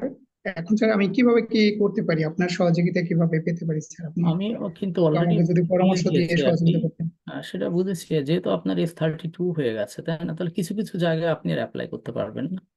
যেসব জায়গায় age is not a barrier, ওই সব জায়গায় অ্যাপ্লাই করতে হবে আর কি। হ্যাঁ, এরপরে দ্বিতীয় যে ব্যাপার, সেটা হচ্ছে আইএলটিএস এর স্কোর আছে কিনা সেটা দেখতে হবে। সেটা যদি থাকে তাহলে আমাদের এরিয়াটা বড় হবে। আর যদি সেটা না থাকে তাহলে ওই অনলি 1 or 2 ইউনিভার্সিটি, যেখানে মিডিয়াম অফ ইনস্ট্রাকশনটা হলো আপনার দিয়ে আমরা অ্যাপ্লাই করতে পারবো। মানে ডেফিনেটলি আপনারা জানেন বাংলাদেশে যে আপনি তো আর ইংলিশ মিডিয়ামে পড়েন নাই, but we are basically making A document যে আমি পড়েছি। তো চেক করা হবে আপনার ইংলিশটা, যে আপনি ইংলিশ যদি বলতে পারেন তখন বোঝা যাবে যে মিডিয়াম অফ ইনস্ট্রাকশন আপনার ইংলিশে ছিল, যদিও কখনোই ছিল না, because I graduated from Dhaka university, I know everything. তো এটা জাপানিদেরকে বলে বোঝানো যায় যে ঠিক আছে, ওরা অত চেক করে না, যেহেতু আপনি ইংলিশ বলতেই পারছেন। সো আপনার জন্য এমবিএ তে আসতে হলে দেন অ্যাকচুয়ালি অ্যাপ্লাই করতে হবে। সেটা হচ্ছে এপ্রিল 2025, এর আগে কোনো সেশন নেই। অস্ত্রর সঙ্গে একটু কথা বলে নিবেন। স্যার আমি কি ওয়ার্ক বিষয়ে কোনো যেতে পারি কোনোভাবে? অর্গ ভিসায় যেতে গেলে একটা জিনিস মনে রাখতে হবে, অর্গ ভিসা থেকে বাংলাদেশ থেকে নিচ্ছে, কিন্তু সেক্ষেত্রে N4 জাপানিজ ল্যাঙ্গুয়েজ আপনার হাতে থাকতে হবে।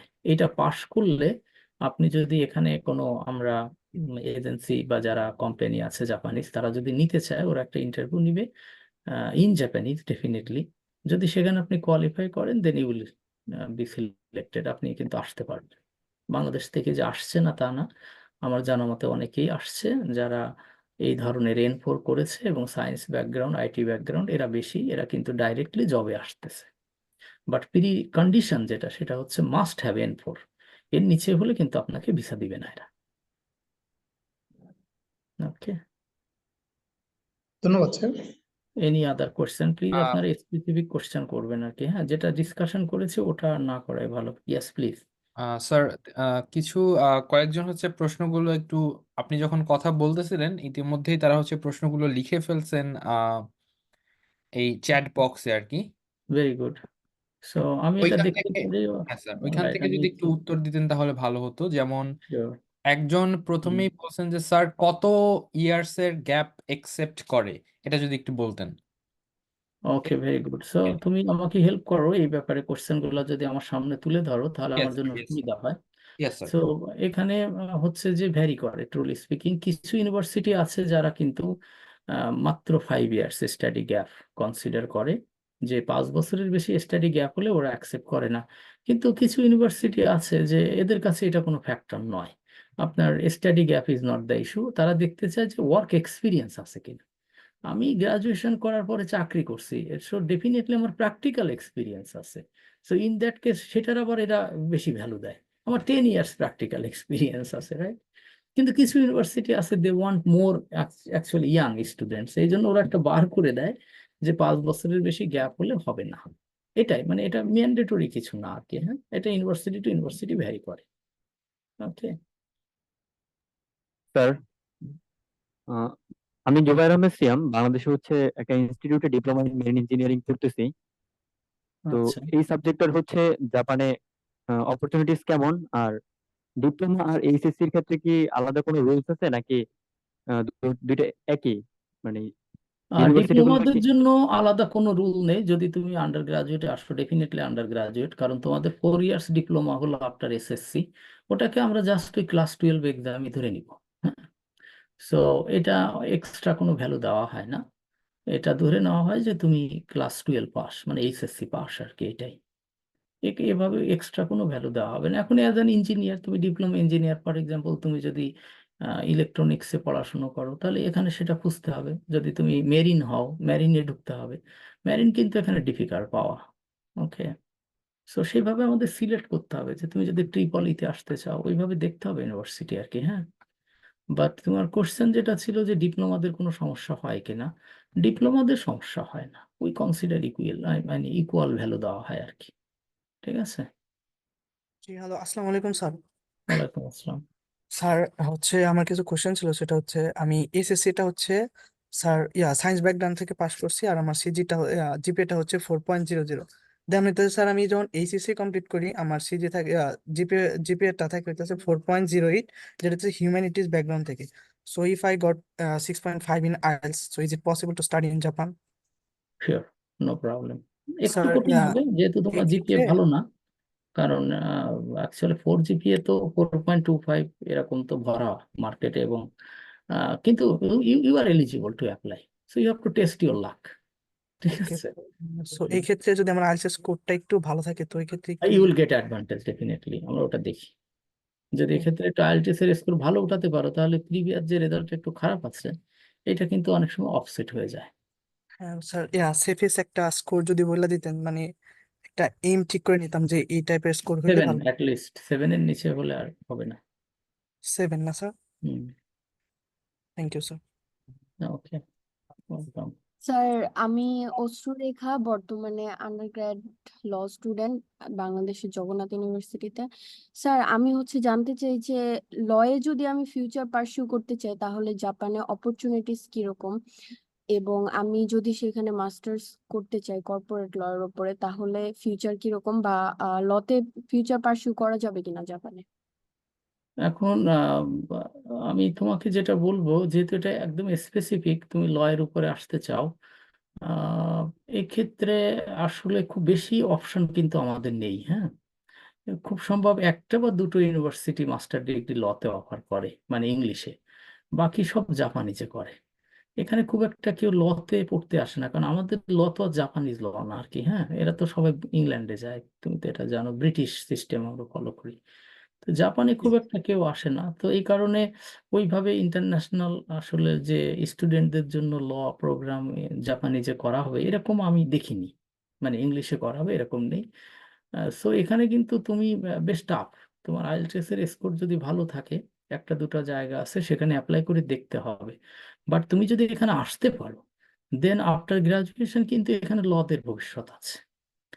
তবে একটা জিনিস মাথায় রাখতে হবে, তুমি তো চাকরি করবা বা তুমি একটা ফার্ম দিবা, Japanese language is a must. N3 N2 level Japanese language থাকলেই তুমি সেটেলড হতে পারবে, আদারওয়াইজ কিন্তু ডিফিকাল্ট। হ্যাঁ, মানে জাপানিজ ল্যাঙ্গুয়েজের এখানে importance level for your job, এটা কিন্তু একদম 98% ডিগ্রির থেকেও। কারণ হলো যে তোমার এই ল্যাঙ্গুয়েজটা থাকলে তো তুমি ক্লায়েন্টদের সাথে কমিউনিকেট করতে পারবে। আর তাছাড়া এখানে প্রচুর বিদেশি আসছে এখন, তো সেই হিসাবে এখানেও কিন্তু একটা মার্কেট থাকবে। বাট এনিওয়ে, লিমিটেড অপশনস আমাদের। হ্যাঁ, সো মাই সাজেশন যেটা, সেটা হচ্ছে আইএলটিএস এ আগে একটা ভালো স্কোর তুলে ফেলো, then we have to check যে কোন জায়গায় আমরা অ্যাপ্লাই করতে পারি এবং কি কি সুযোগ সুবিধা আছে। হাতে স্যার ডকুমেন্ট না থাকলে তো আসলে অ্যাপ্লাই করে লাভ নেই। Sir international law or human rights যদি আমি মাস্টার্স পার্সিউ করতে চাই তাহলে ফিউচার কিরকম হতে পারে? এখন এটা তো ভ্যারি করে, খারাপ না, কারণ এখন তো আমাদের ক্রিমিনাল অ্যাক্টিভিটিস বেড়ে যাচ্ছে সব জায়গায়। সেই হিসাবে আমার মনে হয় না। আর তুমি তো এমনি লয়ের ব্যাকগ্রাউন্ড তোমার, তুমি তো আর সুইচ করে তো আর কোনো লাভ নেই। বরং তুমি যেহেতু জগন্নাথ ইউনিভার্সিটির মেয়ে, কেন তুমি বিসিএস দিচ্ছ না? বিসিএস এ কিন্তু আজকাল চাকরি হচ্ছে, মানে বেশ ফেয়ার সিলেকশন আমি দেখছি। আমাদের সময় তো খুব ঝামেলা হয়েছিল, কিন্তু এখন অত ঝামেলা কিন্তু নেই। That could be another option. জাপানে আসতেই হবে এমন কিন্তু কোনো কথা নেই, বিকজ এটা ল্যাঙ্গুয়েজ ব্যারিয়ার এখানে বড় ফ্যাক্টর আর কি। এবং ল্যাঙ্গুয়েজ ব্যারিয়ারটা না থাকলে আমি বলতাম ইউ ক্যান কাম। এটা কিন্তু একটু মাথায় রেখে আসতে হবে আর কি। হ্যাঁ, এটা চিন্তা করো ভালোভাবে। ক্যারিয়ার আছে, বাট ল্যাঙ্গুয়েজ জানতে হবে। আচ্ছা sir, thank you so much. Okay. Sir, আমার একটা কোশ্চেন ছিল আর কি। হুম। বলতে চাচ্ছিলাম স্যার, আপনি বলছিলেন যে স্যার হচ্ছে মানে প্রপারলি বাংলাদেশে হচ্ছে জাপানের ল্যাঙ্গুয়েজটা এভাবে শেখানো হয় না, বাট এটা যদি শিখতে চাই বা কিভাবে কি করবো স্যার? এটা আসলে মানে কি বলি, আমাদের দেশের মানুষগুলি তো সবাই খুব শর্ট টাইম চিন্তা করে, আর সবাই চায় যে কিভাবে এই ফাঁকি ঝুঁকি দিয়ে টাকা পয়সা ইনকাম করতে চায়, যে কারণে এডুকেশন কোয়ালিটি একদম জিরো হয়ে যাচ্ছে বাংলাদেশ। মানে বাংলাদেশের একটা স্টুডেন্টের যদি আমি স্ক্রিপ্ট দেখি, তার ভিতরে একটা লাইন লিখলে 14টা বানান ভুল থাকে, এরকম একটা অবস্থা। সো এই একদম এডুকেশন কোয়ালিটি গেছে বাংলাদেশে। সেই হিসাবে আহ, বাংলাদেশ থেকে বসে জাপানিজ ল্যাঙ্গুয়েজ এন্টু লেভেল করা খুব ডিফিকাল্ট, বাট একটা সাজেশন আছে, সেটা হচ্ছে তোমরা ইউটিউবে দেখতে পারো। ওইখানে কিন্তু বেশ জাপানিজরা আছে বা অন্য বিদেশিরা আছে, যারা কিন্তু ওই N3 পর্যন্ত, আমি যতদূর জানি, ওরা কিন্তু লেসন আপডেট করে রেখেছে। সো যদি ওইভাবে ইউটিউব থেকে দেখো এবং বই কিনে নাও, নিজে নিজে চেষ্টা করো, তাহলে কিন্তু ইট ইস পসিবল আমি মনে করি। কারণ ইউটিউবের মাধ্যমে যারা পড়াচ্ছে, দে আর মাস বেটার দ্যান কিন্তু আমাদের বাংলাদেশি টিচার। ট্রুলি স্পিকিং, ওদের জাপানিজ প্রনাউন্সিয়েশন ঠিক নেই। মানে যারা আমাদের বাংলাদেশে ল্যাঙ্গুয়েজ স্কুলে পড়ায়, যে টিচারগুলি, তাদের জাপানিজ ল্যাঙ্গুয়েজের প্রনাউন্সিয়েশনও ঠিক নেই। সো সেক্ষেত্রে কিন্তু ইউটিউবে যদি তোমরা জাপানিজরা পড়াচ্ছে ওটা যদি দেখে নাও, তাহলে কিন্তু বেটার হবে বলে আমি মনে করি। ওকে। Hello, sir. I'm Azaz Ahmed. Can you share any YouTube channel আসলে আমি name? তো ল্যাঙ্গুয়েজ নিয়ে তো কাজ করি না। তোমরা টাইপ করো না ইউটিউবে, টাইপ দাও যে জাপানিজ ল্যাঙ্গুয়েজ, ঠিক আছে? তো তাহলে তুমি দেখবে যে কত ভিডিও চলে আসবে, then you just randomly select. তাহলে কিন্তু তুমি তোমার যেটা ভালো লাগে, সবার সবকিছু ভালো লাগে না, পেয়ে যাবা। আমি কখনো তো আর ওইদিকে যাই নাই, so I do not know any exact link, but I know যে ইউটিউব বা গুগলে এখন ইন্টারনেটের যুগ, তাই না? সো এখন কিন্তু we have a very rich material on our internet. So আগে যেরকম, আমি মনে করো ঢাকা ইউনিভার্সিটিতে আমাদের তো আর ইন্টারনেটের অপশন ছিল না, আমরা কিন্তু লাইব্রেরিতে যেয়ে বসে বসে নোট করেছি। এবং আমি এখন বুঝছি ইন্টারনেটে কিন্তু বেশ ভালো রিচ ম্যাটেরিয়াল আছে, ঘরে বসে তোমরা শিখতে পারবে। So ah, this type. Sir, আমার একটা কথা বলার ছিল এখানে, সেটা ইয়াস। হচ্ছে ইন্টারনেটে যেহেতু অনেক অনেক কন্টেন্ট, কাজেই হ্যাঁ।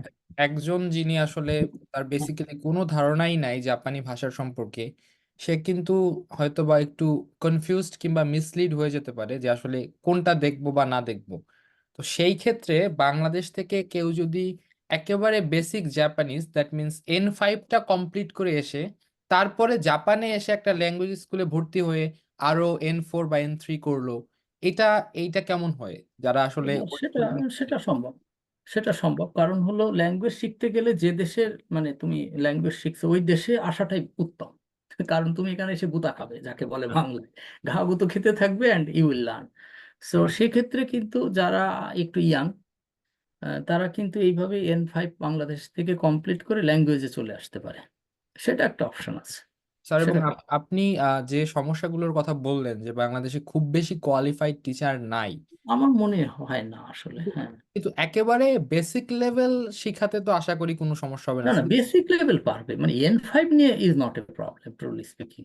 N5 পারবে, কিন্তু এর পরে গেলে আমার কেন জানি মনে হয় যে এরা আর পারে না। আচ্ছা আচ্ছা, সেক্ষেত্রে N5 ইজ ওকে। সেক্ষেত্রে মনে হয় যারা ইয়ং আছেন তাদের পক্ষে এটাই বেস্ট হবে আর কি। যারা, আমি মনে করি সেটাই অস্ত্র, সেটা হচ্ছে যে যারা ডেসপারেট, যে ইয়েস। আমরা দেশে থাকবো না, আমরা বিদেশে আসতে চাই, সেটেলড হতে চাই, ইয়াং। আসলে ইয়াং এজেই বিদেশে আসতে হয়, ট্রুলি স্পিকিং। বুড়ো বয়সে বিদেশে আসাটা হলো চরম বোকামি। তো তাদের ক্ষেত্রে চিন্তা করতে হবে যে আমার স্কোর নেই, but I want to come. আমি মনে করি তাদেরকে ল্যাঙ্গুয়েজে চলে আসে ভালো। ইয়েস। বুঝতে পেরেছি। আচ্ছা, এর মধ্যে স্যার আমি অন্য কারো প্রশ্ন নেওয়ার আগে নিজেও একটু দু একটা প্রশ্ন করতে চাই, সেটা হচ্ছে ইন জেনারেল সবার তরফ থেকে। এবার ধরা যাক এই কনফারেন্সের মাধ্যমে বা অন্য যে কোনো কোনো একটা মাধ্যমে একজন স্টুডেন্ট সে যদি আহ, মানে উৎসাহিত হয় জাপানে আসার জন্য, এবং এখন তাহলে নিজের ফাইলটা প্রসেস করার জন্য কোন কোন কাগজগুলো তার একসঙ্গে করা লাগবে, এবং এই কাগজপত্রের কাজগুলোতে মানে কোন কোন দিকে মনোযোগ দিতে হবে এটা যদি বলেন তাহলে অনেকের ক্ষেত্রে জন্য কিন্তু এটা সুবিধা হয় খুবই। ও, এটা একটা ভেরি ইম্পর্টেন্ট কোশ্চেন কিন্তু তুমি বলেছো যে আমার কি কি ডকুমেন্ট লাগবে এবং কোন জায়গাগুলো মনোযোগ দিতে হবে। তার আগে আমি বলি, এটাও তুমি তো আগেই কিন্তু তুমি নিজে আনসার দিয়েছিলে যে এটা ভ্যারি করে university to university, but there are some common documents. সেটা আমাদের অবশ্যই থাকবে। যেমন আমাদের খুব ক্লিয়ার স্ক্যান্ড কপি থাকতে হবে এসএসসি এবং এইচএসসির বা অল একাডেমিক যে আমাদের ডিগ্রি আছে যারা উপর লেভেলে আসবে, মানে আপার লেভেলে অনার্স না মাস্টার্সে। এই আমাদের যে একাডেমিক সার্টিফিকেট এবং ট্রান্সক্রিপ্ট আছে এটার কিন্তু ক্লিয়ার স্ক্যান কপি সবার হাতে থাকতে হবে, মাস্ট। Yes. সবাই কিন্তু একটা পাসপোর্ট করে ফেলতে হবে, ঠিক আছে, কারণ আমাদের পাসপোর্ট লাগবে ভিসার জন্য। এরপরে যেটা আছে সেটা হলো একটা ব্যাংক সলভেন্সি ম্যানেজ করতে হবে। মানে আমাদের 20-25 লাখ টাকা মতো অ্যাটলিস্ট একটা স্টেটমেন্ট আমরা প্যারেন্টস এর থাকতে হবে আর কি। তো সেটা 6 মাস মেয়াদ হতে হবে এবং আমরা কারেন্ট অ্যাকাউন্ট বা সেভিংস অ্যাকাউন্ট প্রেফার করি, এফডিআর বা সঞ্চয়পত্র কিন্তু না। এফডিআর বা সঞ্চয়পত্রটা হলো অ্যাডিশনাল সাপোর্ট। আমরা দেখতে চাই যে ওনার যে রেগুলার ট্রানজেকশন, মানে জাপানিদের এটা দেখতে চাই যে উনি রেগুলার টাকা তুলছে জমা দিচ্ছে। এই ধরনের রেগুলার অ্যাকাউন্ট বলে জাপানে, আমরা যেটাকে বলি সেভিংস অ্যাকাউন্ট। এইটা কিন্তু হলো তোমার থাকতে হবে অ্যাটলিস্ট 6 মাস মেয়াদ এবং সেখানে 20-25 লাখ টাকা থাকতে হবে। আমি ইন জেনারেল বলছি, ধরো কেউ যদি 100% টিউশন ওয়েভার পেয়ে যায় উইথ লিভিং এক্সপেন্স, তাহলে কিন্তু ব্যাংক স্টেটমেন্ট লাগবে না বা এত টাকাও লাগবে না। সো আমি ইন জেনারেল বললাম যে এইরকম টাকাটা থাকলে মোটামুটি আমরা আসতে পারি। সো ডকুমেন্ট হলো এইগুলি মেইনলি, সেটা হচ্ছে যে একাডেমিক ডকুমেন্টস, ডেফিনেটলি পাসপোর্টের কপি, যাদের পাসপোর্ট নেই তারা পাসপোর্ট করে ফেলবে, আর হচ্ছে একটা ব্যাংক স্টেটমেন্ট লাগবে। এই কিন্তু হলো ভাইটাল ডকুমেন্ট। Yes. এছাড়া ইউনিভার্সিটির কিছু অ্যাপ্লিকেশন ফর্ম থাকে, মানে ইউনিভার্সিটির কিছু রিকোয়ারমেন্ট থাকে, ওইগুলা তাকে সুন্দর করে লিখতে হবে। এখন প্রশ্ন হলো যে এটা কে করবে? বাংলাদেশে তো মানে এজেন্টের কোনো শেষ নেই আমার মনে হয় এখন মনে হয় ঢাকা শহরেই 400-500 এজেন্ট বসে আছে আর কি, অলিতে গলিতে। জাপানে লোক পাঠাচ্ছি আমরা, জবে পাঠাচ্ছি, স্টুডেন্ট পাঠাচ্ছে এরকম। এক্ষেত্রে আমি এদেরকে বলবো যে একটু চোখ কান খোলা রাখতে। তারা যে কোনো জায়গায় যেতে পারে, কিন্তু যেন দেখে যে আসলে এজেন্টের কোয়ালিফিকেশন কি। মানে এজেন্ট যদি নিজেই কোয়ালিফাইড না হয় তাহলে সে আর কি ডকুমেন্ট তৈরি করবে, যদিও ওরা বলবে যে আমরা সবকিছু করে দিব, বাট আসলে এজেন্ট কি কোয়ালিফাইড বাংলাদেশে? আমার মনে হয় না। ওরা তো এমনি হাওয়ার উপরে ব্যবসা করে সব। তো সেই ক্ষেত্রে আমার মনে হয় যে তুমি নিজে যদি একটু রেসপন্সিবিলিটি নাও সেটা এদের জন্য ভালো হবে। সো মেবি তুমি আহ, একটু সময় দিতে পারো, কথা বলে নিতে পারো, সেটা কেন জানি ভালো হয়। আর যদি না পারো তাহলে একটা দুটা এজেন্টকে আমরা রিকমেন্ড করতে পারি যে আচ্ছা। সেখানে যে তারা দেখতে পারে কথা বলে, যদিও আমি আসলে এই প্রসেস বিশ্বাস করি না, বাট করা যেতে পারে, এটা সমস্যা না। এরপরেও হচ্ছে আমার নিজের এডমিশন এক্সপিরিয়েন্স থেকে একটা শেয়ার করতে চাই এটা সবার সঙ্গেই। সেটা হচ্ছে অনেক সময় আসলে বাবা মায়ের নামে বিভিন্ন পার্থক্য টার্থক্য থাকে, এগুলো কিন্তু খুব বড় ঝামেলা হয়। আহ আপনি তো জানেনই। এই ব্যাপারটা যদি একটু বলতেন সবাইকে তাহলে মনে হয় এটা ভালো। আরো একটা সিরিয়াস কোশ্চেন তুমি বলেছো। সেটা হচ্ছে আমাদের এই বাংলাদেশের একটা বড় সমস্যা হচ্ছে যে সার্টিফিকেটে আমাদের যে বাবা এবং মায়ের নাম দেওয়া আছে, যখন বাবা অথবা মায়ের আমরা ভোটার আইডি কার্ড দেখি দেখা যায় উল্টাপাল্টা হয়ে গেছে। হ্যাঁ, অথবা ব্যাংক স্টেটমেন্ট নিতে যায় উল্টাপাল্টা হয়ে গেছে। এইটা কিন্তু থাকলে জাপানে আসতে পারবে না। যেভাবেই হোক সব জায়গায় ইউনিফর্মিটি আনতে হবে। তো সো যাদের সার্টিফিকেটে ভুল আছে বানান, তাদের কিন্তু ইভেন একটা যদি হাইফেনও ভুল থাকে, জাপান এটা খুব সিরিয়াস, এগুলা কিন্তু একদম কারেক্ট করে আসতে হবে এখন থেকেই। মানে সব জায়গায় আমার সার্টিফিকেটে মা এবং বাবার নাম যা আছে ট্রান্সক্রিপ্টেও একই আছে, ব্যাংক স্টেটমেন্টেও আমার বাবা যদি হয় বা মা হয় ওনার নাম যেভাবে লেখা আমার সার্টিফিকেটে ওইভাবে লেখা আছে। এবং আমরা যদি ভোটার আইডি কার্ডটা দেখি সেখানেও লেখা আছে, যদিও আমি ফ্রাঙ্কলি বলি ভোটার আইডি কার্ড আমাদের লাগে না, আমরা গ্যারান্টরের শুধু ব্যাংক স্টেটমেন্টটা দেখি, ভোটার আইডি কার্ড কিন্তু চায় না কেউ। সো সেই হিসাবে সমস্যা নাই, কিন্তু ব্যাংক স্টেটমেন্ট তো আবার ওরা তৈরি করে, মানে ব্যাংক অ্যাকাউন্টের যে কি বলবো আর কি, ব্যাংক অ্যাকাউন্ট খোলার সময় যে ডকুমেন্ট ফিল আপ করতে হয় ওইটা যে অফিসার চেক করে, তো ওরা কিন্তু ওই এনআইডি দেখে চেক করে। Yes. সো এনআইডি তে যে নাম থাকে ওইটাই বসিয়ে দেয়। সো যদি এনআইডি তে ভুল থাকে ফার্স্ট এটা কারেক্ট করে স্টেটমেন্টটা কারেক্ট করে ফেলতে হবে। মূল কথা এটা হচ্ছে থেকে বলবো। সমস্ত কাগজপত্রে যেন বাবা মায়ের নামে কোনো পার্থক্য না থাকে, এটা হ্যাঁ, কোথাও যেন কোনো ধরনের ভুল না হয়, এটা একই রকম থাকতে হবে। রাইট। এবং এটা বাংলাদেশে আমি জানি না, this is a serious issue. কারণ হলো তুমি তো নিজেই বলছো সারা জীবন সাফার করতে হবে, কিন্তু এটা শুধু জাপান না।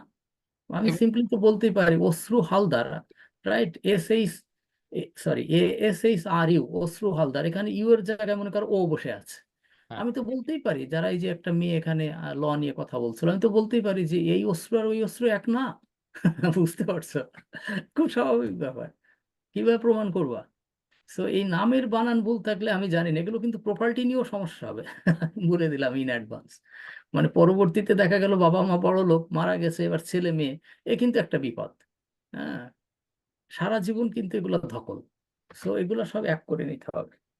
ওকে, তা নাহলে ওকে। জাপান আসতে পারবে না, ঠিক রিজেক্ট আছে, হবে। তাহলে আমরা আবার ওপেন করে দিচ্ছি। আপনাদের আরো যদি কারো কোনো কিছু বলার থাকে কাইন্ডলি আপনারা এখন বলতে পারেন। আচ্ছা স্যার, হ্যাঁ, আপনার আমার একটা কোশ্চেন পরিচয়টা ছিল। পরিচয়টা যদি দিয়ে তারপরে ব্যাকগ্রাউন্ডটা বুঝে কোশ্চেনটা বললে ভাই ভালো হয়। সবার প্রতি একই অনুরোধ আর কি আমার, কারণ আপনারা আচ্ছা আচ্ছা কে কি চাচ্ছেন বা কে কোন ব্যাকগ্রাউন্ড থেকে আসছেন এটা বললে স্যারের পক্ষে হয়তো উত্তরটা দেওয়া সহজ হবে। আচ্ছা আচ্ছা ঠিক আছে স্যার। আমি স্যার প্রথম থেকে জয়েন হতে পারিনি স্যার, তো ইসের জন্য তো এখন আর কি পরে জয়েন হওয়ার কারণে আমি সম্পূর্ণ আর কি আপনি যে ব্যাংক স্টেটমেন্টের কথাটা বললেন, তো ব্যাংক স্টেটমেন্ট তো অনেকের ফাইন্যান্সিয়াল একটু প্রবলেম থাকতে পারে, বা ধরেন আমারই ধরেন এরকম ব্যাংক একদম একটা স্টেবিলিটি নাই, তো সেই ক্ষেত্রে কি আমার পক্ষে কোনোভাবে যাওয়া সম্ভব না? এটার কি কোনো অল্টারনেটিভ আছে কিছু, যদি আমি কোনো কথা ভালো স্কোর করি বা অন্য কোনো ভাবে কি এটা কোনো স্কোপ আছে? আহ, দেখো আমি ক্লিয়ারলি বলি আর কি, হ্যাঁ, সেটা হচ্ছে বাংলাদেশে এটা একটা সিরিয়াস প্রবলেম যে 20-25 লাখ টাকা ব্যাংকে দেখাবে এরকম ফ্যামিলি আসলে খুবই কম, বিশেষ করে যারা মফস্বল এলাকায় থাকে। সো এটা একটা সিরিয়াস ইস্যু, সেটা জানি, বাট দিস ইজ ম্যান্ডেটরি, মানে ঠিক। তুমি এটা অন্য কোনো মানে স্কোর দিয়ে বা ডকুমেন্ট দিয়ে কিন্তু তুমি এটা রিপ্লেস করতে পারবে না। সো বাংলাদেশে যেটা করে ইদানিং সেটা হচ্ছে ওই ঠিক তোমার বাবার নামের নাম দিয়ে ব্যাংকে ওরা সার্চ দেয়, যেহেতু আজকাল টেকনোলজির দুনিয়া, দিয়ে ওরা সামাও একটা খুঁজে বের করে আর কি, খুঁজে একটা ম্যাচিং অ্যাকাউন্ট দেয়। তা আমি কিন্তু এটা কখনো প্রেফার করি না। মানে বাংলাদেশের 80% লোক কিন্তু ম্যাচিং অ্যাকাউন্ট দেয়। ম্যাচিং অ্যাকাউন্ট মিনিং সেম, মনে করো সে এখানে আমাদের অশ্রু আছে, অশ্রু হালদার, আমি যদি অশ্রু হালদার দিয়ে আমাদের সোনালী ব্যাংকের অরিজিনাল ডেটাবেজে সার্চ দিই, তাহলে কিন্তু তোমার অশ্রু হালদার বেরিয়ে যাবে। কম করে হলো 50 জন, একদম সেম। তো ওর ভিতর থেকে ওই ব্যাংক অফিসাররা টাকা খেয়ে 2 নম্বরই করে স্টেটমেন্ট দিয়ে দেয়। হ্যাঁ, ওইভাবেই চলছে 80%। কিন্তু আমি মনে করি যেটা, সেটা হচ্ছে দেখো টাকাটা তো আমাদের এখানে পাঠাতে হয় না। তোমাদের যদি বাবা মা বা কারোর যদি ওরকম থাকে কিছু টাকা, তাহলে তোমরা যখন স্টেটমেন্ট নিবে, যদি কারোর কাছ থেকে কোনোভাবে ম্যানেজ করে, হ্যাঁ, মানে 1 সপ্তাহের জন্য যদি টাকাটা ওখানে রেখে স্টেটমেন্টটা নিয়ে কিন্তু টাকা তুলে ফেলতে পারো। মানে এটা চেক করে না যে এখন টাকা তার আছে কি নেই, দেখতে থাকে যে ওই ডেটে আছে কিনা। সো এইটা করলে মনে হয় বেটার হয়, কারণ একদিক দিয়ে তোমার টাকা সেভ হয়, আবার তুমি নিজে স্যাটিসফাইডও থাকো। কারণ এই যারা ম্যাচিং অ্যাকাউন্ট দেয় এরা কিন্তু টাকা নেয়, মানে এসব ব্যবসা বাংলাদেশে খুব সম্ভব মনে হয় 30 না 40 হাজার করে টাকা নেয়। তো this is a serious issue. হ্যাঁ, তো এই ব্যাপারে তো বোঝো, মানে জিনিসটা তো ভালো জিনিস নয়। সো আমার পক্ষে তোমাদেরকে অ্যাডভাইস দেওয়া সম্ভব নয়। আমি যেটা বলতে পারি সেটা হচ্ছে যে try to manage your own fund, যেভাবেই হোক, সেটা কেন জানি একটা স্যাটিসফ্যাকশন থাকবে আমাদের। হুম। জি স্যার, বুঝতে পারছি, থ্যাংক ইউ। হুম। স্যার নমস্কার স্যার, আমি একটা বিষয়ে একটু কথা বলতে চাচ্ছিলাম স্যার, যদি একটু হ্যাঁ, অনুমতি ঠিক দিতেন। আছে। স্যার আমি একটা ব্যাংকে অবশ্য জব করছি, আমি 10 বছরের অভিজ্ঞতা আছে। এখন বর্তমানে ডাচ বাংলা ব্যাংকে আছি স্যার। তো আচ্ছা, আমাদের আমার ক্ষেত্রে কি আসলে যদি আমি মুভ করতে চাই জাপানে, সো আমার ক্ষেত্রে কি কোনো ধরনের আছে কিনা, মানে সুযোগ আছে কিনা বা অপরচুনিটি তৈরি করা যাবে কিনা? এখন দেখো তুমি তো একটা ভালো পজিশনে আছো। জাপান যে আসতেই হবে আমি সবাইকে বলি এরকম কোনো কথা নেই, এখানে কিন্তু কষ্ট আছে। তবে জাপানে যদি তুমি এসে ক্যারিয়ার বিল্ড আপ করতে চাও, তাহলে আমি বলবো যেটা, সেটা হচ্ছে যে আগে তুমি বাংলাদেশ থেকে জাপানিজ ল্যাঙ্গুয়েজ শেখো। কারণ একটা ভালো জব ছেড়ে এখানে এসে এইভাবে একটা সিরিয়াস অবস্থা হয়ে যাবে। ল্যাঙ্গুয়েজটা শিখে তারপর এখানে এমবিএ তে আসতে পারো, আর যদি ব্যাংক থেকে ছুটি নিতে পারো, হুম হুম এটা তাহলে ভালো হয়। এই ব্যাংক থেকে যদি তুমি ছুটি নিতে পারো সেটা আমি সাজেস্ট করবো। আমি তোমাকে সাজেস্ট করবো না জাপানে আসার জন্য, ট্রুলি স্পিকিং। হুম ঠিক আছে, ধন্যবাদ স্যার। Okay, thank you. আদাব স্যার, আমার একটা আন্ডার গ্রাজুয়েশন লেভেল নিয়ে একটা কোশ্চেন রয়েছে। যেমন হচ্ছে ইউএস ইউনিভার্সিটি গুলা বা হচ্ছে ইউরোপ কান্ট্রি গুলোতে আমরা যেটা দেখি যে তারা এসিএ তে অনেক বেশি এমফাসাইজ করে। তো জাপানের ইউনিভার্সিটিতে আমার একাডেমিক গ্রেড যদি ভালো থাকে, লাইক জিপিএ 5 থাকে এসএসসি এইচএসসি তে, উইথ গুড বা ডিসেন্ট একটা স্কোর থাকে আইএলটিএস এ 7 অথবা 7.5 বা 6.5, সেক্ষেত্রে দেখা যায় যে আমি যদি ফুল রাইডের জন্য অ্যাপ্লিকেশন করি জাপানের কোনো ইউনিভার্সিটিতে, এটার চাওয়া মানে পাওয়ার পসিবিলিটি কিরকম? আর আরেকটা কোয়েশ্চেন এটার সাথে হচ্ছে অ্যাড করতে যাচ্ছি, সেটা হচ্ছে যে যে একটা ব্যাংক স্টেটমেন্টের কথা বললেন, ফুল রাইড অ্যাপ্লিকেশনের ক্ষেত্রে ব্যাংক স্টেটমেন্টটা কি অনেক বেশি জরুরি বা কতটুকু জরুরি আসলে? বিকজ মিডল ক্লাস ফ্যামিলিদের জন্য হয়তো বা দেখা যায় যে ব্যাংকে টাকাটা রাখা অনেকটা অনেক সময় ওকে একটু মাহমুদুল, আমি বুঝেছি হেসিটেশন তোমার হয়। কোশ্চেন, ঠিক আছে। আমি তোমাকে বলি, থ্যাংক জাপানে ইউ তো সো মাচ। আসলে আমাদের ইউএস এর ক্ষেত্রে এটার নাম বলে ফুল রাইট আর কি, হ্যাঁ। জাপানের ক্ষেত্রে আমাদের যেটা, সেটা হচ্ছে তিনটা বড় স্কলারশিপ আছে। একটা হলো গভর্নমেন্ট স্কলারশিপ, ওটা মিক্সড মনবু মনবু কাগসো, বা আমরা সংক্ষেপে বলি মনবুসো আর কি, হ্যাঁ। তো এটা আর একটা আছে ওয়াইএলপি, সেটাকে বলে ইয়াং লার্নার্স প্রোগ্রাম, ভালো টাকা দেয় এটা। ওকে, আর একটা আছে এডিবির, এশিয়ান ডেভেলপমেন্ট ব্যাংক। এগুলো হলো টপ 3 প্রেস্টিজিয়াস স্কলারশিপ। যারা এই ধরনের স্কলারশিপ হোল্ড করে তাদের কোনো ব্যাংক স্টেটমেন্ট লাগে না, কারণ এটা কাভার করে টোটালি তোমার টিউশন এবং লিভিং এক্সপেন্স। তো এই জন্য কিছুই লাগে না এখানে। এখন প্রশ্ন হলো যে তুমি কিভাবে এটা সিলেক্টেড হবে। এটা কিন্তু এই তিন ধরনের রিকোয়ারমেন্ট, যেমন এই মন বসুটা আবার বাংলাদেশও সার্কুলার হয়, এখান থেকেও ফাইল ফরওয়ার্ড করা হয়। এডিবি কিন্তু আগে তোমাকে টিচার খুঁজে বের করতে হবে, দেন ওরা তোমাকে সিলেক্ট করবে। ওয়াইএলপি যেটা আছে, ইয়াং লার্নার্স প্রোগ্রাম, এটা কিন্তু বাংলাদেশে পরীক্ষা হয় আমি যতদূর জানি। সো আমার সাজেশন হলো এগুলি তুমি দেখে নাও যে কোথায় কোনটা আসলে পরীক্ষা কখন কিভাবে হয়, দেন ওদের প্রসেস অনুযায়ী কিন্তু সব অ্যাপ্লিকেশন তোমাকে সাবমিট করতে হবে, তাহলে কিন্তু তুমি এটা পাবে। এবং এটা যদি তুমি পেয়ে যাও তাহলে তোমার ওরা প্লেন ফেয়ারও দিয়ে দেয়। মানে আমি যেটা নিয়ে এসেছিলাম সেম, আমি জেডিএস নিয়ে এসেছি জাপানে, আমার কিন্তু ওরা প্লেন ফেয়ারও দিয়ে দিয়েছে। আমি মাত্র $100 পকেটে নিয়ে উঠছিলাম ঢাকা থেকে। তো এটা কিন্তু আছে, একদম ফুল স্কলারশিপ যেটাকে বলে, ঠিক আছে। Thank you so much sir. আচ্ছা, তো অশ্রু অলরেডি 11:35, তাহলে আমরা কি স্যার হ্যাঁ বলো। স্যার নমস্কার স্যার, আমার নাম হৃদয় চন্দ্রশীল। স্যার Yes, আমি কুমিল্লা ইউনিভার্সিটির ম্যানেজমেন্ট ডিপার্টমেন্টের একজন স্টুডেন্ট। স্যার আচ্ছা, আপনি এখানে একটা প্রোগ্রাম করছিলেন, আমি ওইটাতে অ্যাটেন্ড ছিলাম। ও ভেরি গুড। আচ্ছা, তো স্যার মানে আমার অনার্স প্রায় আমাদের প্রায় শেষ, তো আমাদের এখন হুম, রেজাল্ট বাকি। আম, তো স্যার আমি চাচ্ছিলাম যে মাস্টার্স এর জন্য ওই জাপানে শিফট করার জন্য। তো স্যার মানে আমার কোশ্চেন হচ্ছে যে যাদের রেজাল্ট 3.30, মানে তাদের স্কলারশিপ পাওয়ার অপরচুনিটিটা কেমন স্যার জাপানে আহ, অ্যাকচুয়ালি? তোমার রেজাল্ট তো খারাপ না, 3.30 আউট অফ 4। ওকে, কিন্তু আইএলটিএস এর স্কোর তো লাগবে, শুধু রেজাল্ট দিয়ে তো স্কলারশিপ হবে না। হুম, যদি তুমি আইএলটিএস এ মোটামুটি 7 তুলতে পারো, তাহলে তুমি ধরে নাও ভালো একটা স্কলারশিপ পাবে, খুব কম টাকা লাগবে তোমার, তুমি চলে আসতে পারবা, ঠিক আছে, মাস্টার্স ধরো এমবিএ তে। ওকে আর স্যার। যদি তুমি আইএলটিএস এ তুলতে না পারো কোনো কারণে স্কোর, হ্যাঁ, হ্যাঁ তাহলে হ্যাঁ। মানে ওই যে লিমিটেড অপশন হয়ে গেল, কয়েকটা মাত্র প্রাইভেট ইউনিভার্সিটি আছে, ওইখানে অ্যাপ্লাই করতে হবে এমবিএ এর জন্য। এবং সেক্ষেত্রে ওরা তো আসলে প্রাইভেট, বোঝোই তো, ওরা তো টাকা নিতে চায়, তো ব্যবসা, তো খুব একটা যে ভালো স্কলারশিপ দিবে মনে হয় না। তো আমার সাজেশন হলো যে চেষ্টা করো, try hard to get good score, ঠিক আছে। যদি ওটা হয় তাহলে লাইফটা ইজি হয়ে যাবে আর কি, হ্যাঁ, ঠিক আছে। আচ্ছা স্যার। স্যার আরেকটা কোশ্চেন আছে স্যার। হ্যাঁ বলো। আচ্ছা স্যার, আমরা তো জানি যে ইউরোপিয়ান বিভিন্ন কান্ট্রিতে মানে স্পাউস সুবিধাটা পাওয়া যায় স্যার। স্যার জাপানে কি এমন স্পাউস নিয়ে যাওয়া যায়, বা যদি যাওয়া আহ, যায়? আমি বুঝেছি তোমার কোশ্চেন। প্রশ্ন হলো যে ছাত্র অবস্থায় স্পাউস আনাটা বেশ ডিফিকাল্ট, কারণ তোমার তো ইনকাম নেই, তাহলে তুমি কিভাবে প্রমাণ করবা যে তোমার ওয়াইফকে তুমি এখানে ফাইন্যান্স করবা? একটু ডিফিকাল্ট হয়ে যায়। সেক্ষেত্রে আমরা বলি যে আমার ওয়াইফ বড় লোক, বাংলাদেশে তার ব্যাংকে টাকা আছে, বাংলাদেশ থেকে সে এখানকার লিভিং এক্সপেন্সটা পে করবে। বুঝতে পেরেছো? সো স্টুডেন্ট অবস্থায় কিন্তু স্পাউস আনাটা একটু ডিফিকাল্ট, বাট হবে না তা না, ঘুরিয়ে খেতে হবে এই আর কি। Within 6 months you can apply after coming here. তুমি এখানে এসে 6 মাসের মধ্যে অ্যাপ্লাই করতে পারবে। ওকে স্যার, ধন্যবাদ স্যার আপনার সময়ের জন্য। আমার একটা প্রশ্ন ছিল প্লিজ। স্যার, আইএলটিএস এর স্কোর যদি 5.5 থাকে, সে কি স্যার জাপানে অ্যাপ্লাই করতে পারবে পড়াশোনার ক্ষেত্রে? পারবে না।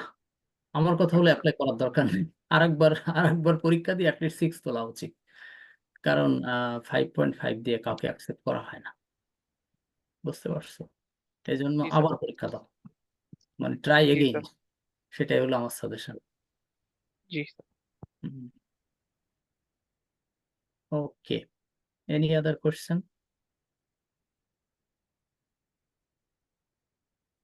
সো অশ্রু, আমার মনে হয় যেহেতু আমাদের জাপান তো অলরেডি কিন্তু 11:38, ইয়েস স্যার। এখানে রাত 12টা বাজতে গেল। সো তুমি কন্টিনিউ করতে পারো, I may leave, sir no আমরা প্রবলেম। হচ্ছে এখান থেকে মানে আপনি তো অ্যাজ এ প্রফেসর বললেন, তা আমার ইচ্ছা ছিল অ্যাজ এ স্টুডেন্ট আমার পার্সপেক্টিভ থেকে হ্যাঁ, অফকোর্স তুমি এখন শেয়ার করা। বলো সেটা, হ্যাঁ এবং আমি যেটা সবাইকে বলবো জাস্ট ওয়ান ওয়ার্ড, সেটা হচ্ছে যে দেখো, তোমার যদি আসার ইচ্ছা থাকে, ভিশন যদি তুমি ঠিক করে ফেলো, হ্যাঁ, তাহলে কষ্ট করা শুরু করো এখন থেকে, you will get the result. মানে স্যার আমার ডিটারমিনেশন একটা হলে কোশ্চেন চলে ছিল আসতে পারো। আপনার কাছে স্যার। হ্যাঁ প্লিজ। স্যার, মাস্টার্স কমপ্লিট করার পর জাপানে জব পাওয়ার জন্য আহ, এখন থেকে কি করা উচিত বলে আপনি মনে করেন? আপনার কাছ থেকে একটা দিক নির্দেশনা চাচ্ছি। আমি অলরেডি এই সেমিস্টারে মাস্টার্স প্রোগ্রামে এসেছি, আপনার সাথে আমার কথা হয়েছে। আমি শুধুমাত্র এই কোশ্চেনটা করার জন্য আমি পুরো মিটিং জুড়েই ছিলাম, আপনার আমি সাথে আমার কথা ওকে কথা বুঝেছি, হয়েছে। আমার সাজেশন একটাই, সেটা হলো যে লার্ন জাপানি, আর কোনো কথা নাই। তোমার টার্গেট থাকবে N4 পাস করা, অ্যাটলিস্ট N4 পাস করলে জব পেয়ে যাবে। N4 স্যার আরেকটা কমপ্লিট প্রশ্ন করতে ছিল। হবে। ইয়েস আমি অশ্রু ভাইয়ের সঙ্গেও পার্সোনালি পরিচিত। আমি উনি আমাকে লিংক পাঠাইছিল, আমি প্রথম থেকেই মিটিং এ ছিলাম স্যার। আচ্ছা, না সবই ঠিক আছে, কিন্তু আমি যেটা বলবো সেটা হলো N4 হলে আর অসুবিধা হবে না। N4 পাস করতেই হবে, তা নাহলে কিন্তু ঝামেলা হয়ে যাবে। আগে বলে দিই, এরপর পাস করলে মোটামুটি জব পাবো, মোটামুটি এটুকু মোটামুটি পাবে। নিশ্চয়তা দেওয়া যায়। মানে N4 স্যার, পাস করলে তোমার সিভি আমাকে দিও, আই উইল ট্রাই। ঠিক আছে? স্যার, জি স্যার স্যার, একটা আমি প্রশ্ন ছিল already sir. Okay please. Sir আমার একটা প্রশ্ন ছিল। হ্যাঁ স্যার, স্যার, হ্যালো। হ্যাঁ প্লিজ প্লিজ, হ্যাঁ। স্যার প্রশ্নটা হচ্ছে স্যার, আমরা যদি মানে আমি আর আমার বোন আর কি জাপানে আসতে চাচ্ছি, তো হ্যাঁ স্যার আমরা যদি আগস্টে পরীক্ষা দিই, সেক্ষেত্রে কি স্যার আমরা এপ্রিলের ইনটেক ধরতে পারবো? হ্যাঁ, অগাস্টে দিলে তোমরা পারবা, এপ্রিলের ইনটেক করতে পারবা। আচ্ছা। পারবা। আর সেক্ষেত্রে যদি স্যার আইএলটিএস এর স্কোরটা যদি স্যার ভালো হয়, সেক্ষেত্রে কি স্যার স্কলারশিপের জন্য অ্যাপ্লাই করা যাবে? হ্যাঁ যাবে। আচ্ছা স্যার, ধন্যবাদ স্যার। এইটুকু। ওকে, সো অশ্রু, আমার ইয়েস মনে হয় it is your time as a student, please তুমি শেয়ার করো। ইয়েস ঠিক স্যার। আছে, সেটা ভালো হবে। আমি বরং যেটা করি সেটা হচ্ছে মিউট করি। ঠিক আছে, থ্যাংক ইউ তো তুমি very much sir for your time. তুমি প্লিজ এখন শেয়ার করো। Okay sir, thank you very much. Okay, আপনাদের সবাইকে আসলে অনেক অনেক ধন্যবাদ যে এই পর্যন্ত আপনারা যে আসলেন, শুনলেন। তো certainly most important part of our meeting have already ended, মানে প্রফেসর স্যার যেহেতু চলে গেছেন, কাজেই ওনার গুরুত্বপূর্ণ অংশটা অলরেডি শেষ হয়ে গেছে, কিন্তু গুরুত্বপূর্ণ অংশেরও সামান্য একটু এক্সপেনশন হিসাবে আমি আমি কিছু বলতে চাই। সেটা হচ্ছে স্টুডেন্টস এক্সপিরিয়েন্স, যেখানে আসলে যত যাই হোক যিনি একজন প্রফেসর এবং যিনি একজন স্টুডেন্ট, দুইজনের লাইফ এক্সপিরিয়েন্স কিন্তু কখনোই সমান হবে না। কারণ একজন প্রফেসরের পজিশনটা হচ্ছে অনেক উপরে, আমরা হচ্ছে সমাজের নিচের দিকের মানুষ, তাই না? আমাদের কোনো ইনকাম নেই, জাস্ট পড়াশোনা করি। কাজেই আমাদের, আপনারাও যখন যদি কেউ আসবেন, এখান থেকেই শুরু করতে হবে। আমি আজকে জাপানি সোসাইটির যেখানে আছি, ওই স্যারের পর্যন্ত যাইতে কিন্তু অনেক সময় লাগবে। কাজেই এখান থেকে যেহেতু শুরু করবেন, আমি মনে করি এইখানকার কথাও শোনা একটু দরকার আছে। প্রথমত, স্যার কিন্তু একটা কথা বললেন 20 আওয়ার্স পার উইক আমাদের কাজের সুযোগ আছে, হুইচ ইজ ট্রু। কিন্তু এর মধ্যেও কিছু একটা টেকনিক্যালিটির ব্যাপার আছে, সেটা হচ্ছে কি, আচ্ছা, প্রতি স্টুডেন্ট 20 আওয়ার্স কাজ করতে পারবে প্রতি সপ্তাহে। তাহলে সরকার এই কে কত ঘন্টা কাজ করতেছে এই জিনিসটা সে মাপে কিভাবে? সবার পিছনে কি একজন করে পুলিশ লাগাই রাখে যে ও কতক্ষণ কাজ করতেছে গিয়ে দেখো? The answer is no.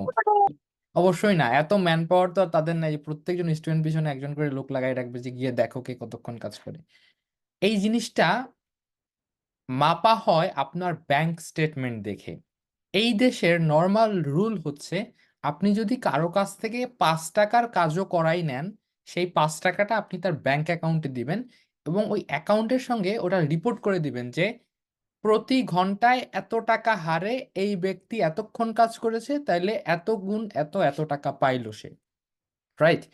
এখন আপনি যদি এই টাকাটা ব্যাংক অ্যাকাউন্টে না নিয়ে আপনার হাতে নেন, which is called hand cash, অর্থাৎ হাতে টাকাটা যদি নেন, তাহলে কিন্তু পুরো ট্রানজ্যাকশনটার কোনো রেকর্ড থাকতেছে না। এবং এতে করে আপনার ওই 20 ঘন্টাটা কিন্তু এফেক্ট হচ্ছে না। রাইট?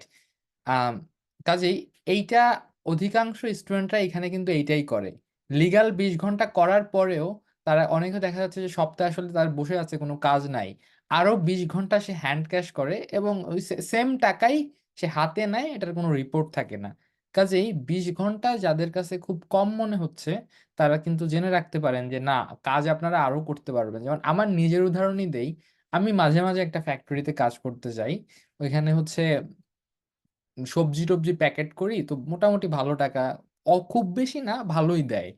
রাইট? যেমন আমি এই যে একটু আগে এক বড় ভাই কথা বললেন, উনি আমাকে চেনেন, আম, ভাইয়ের নাম মেবি আজিজ ভাই।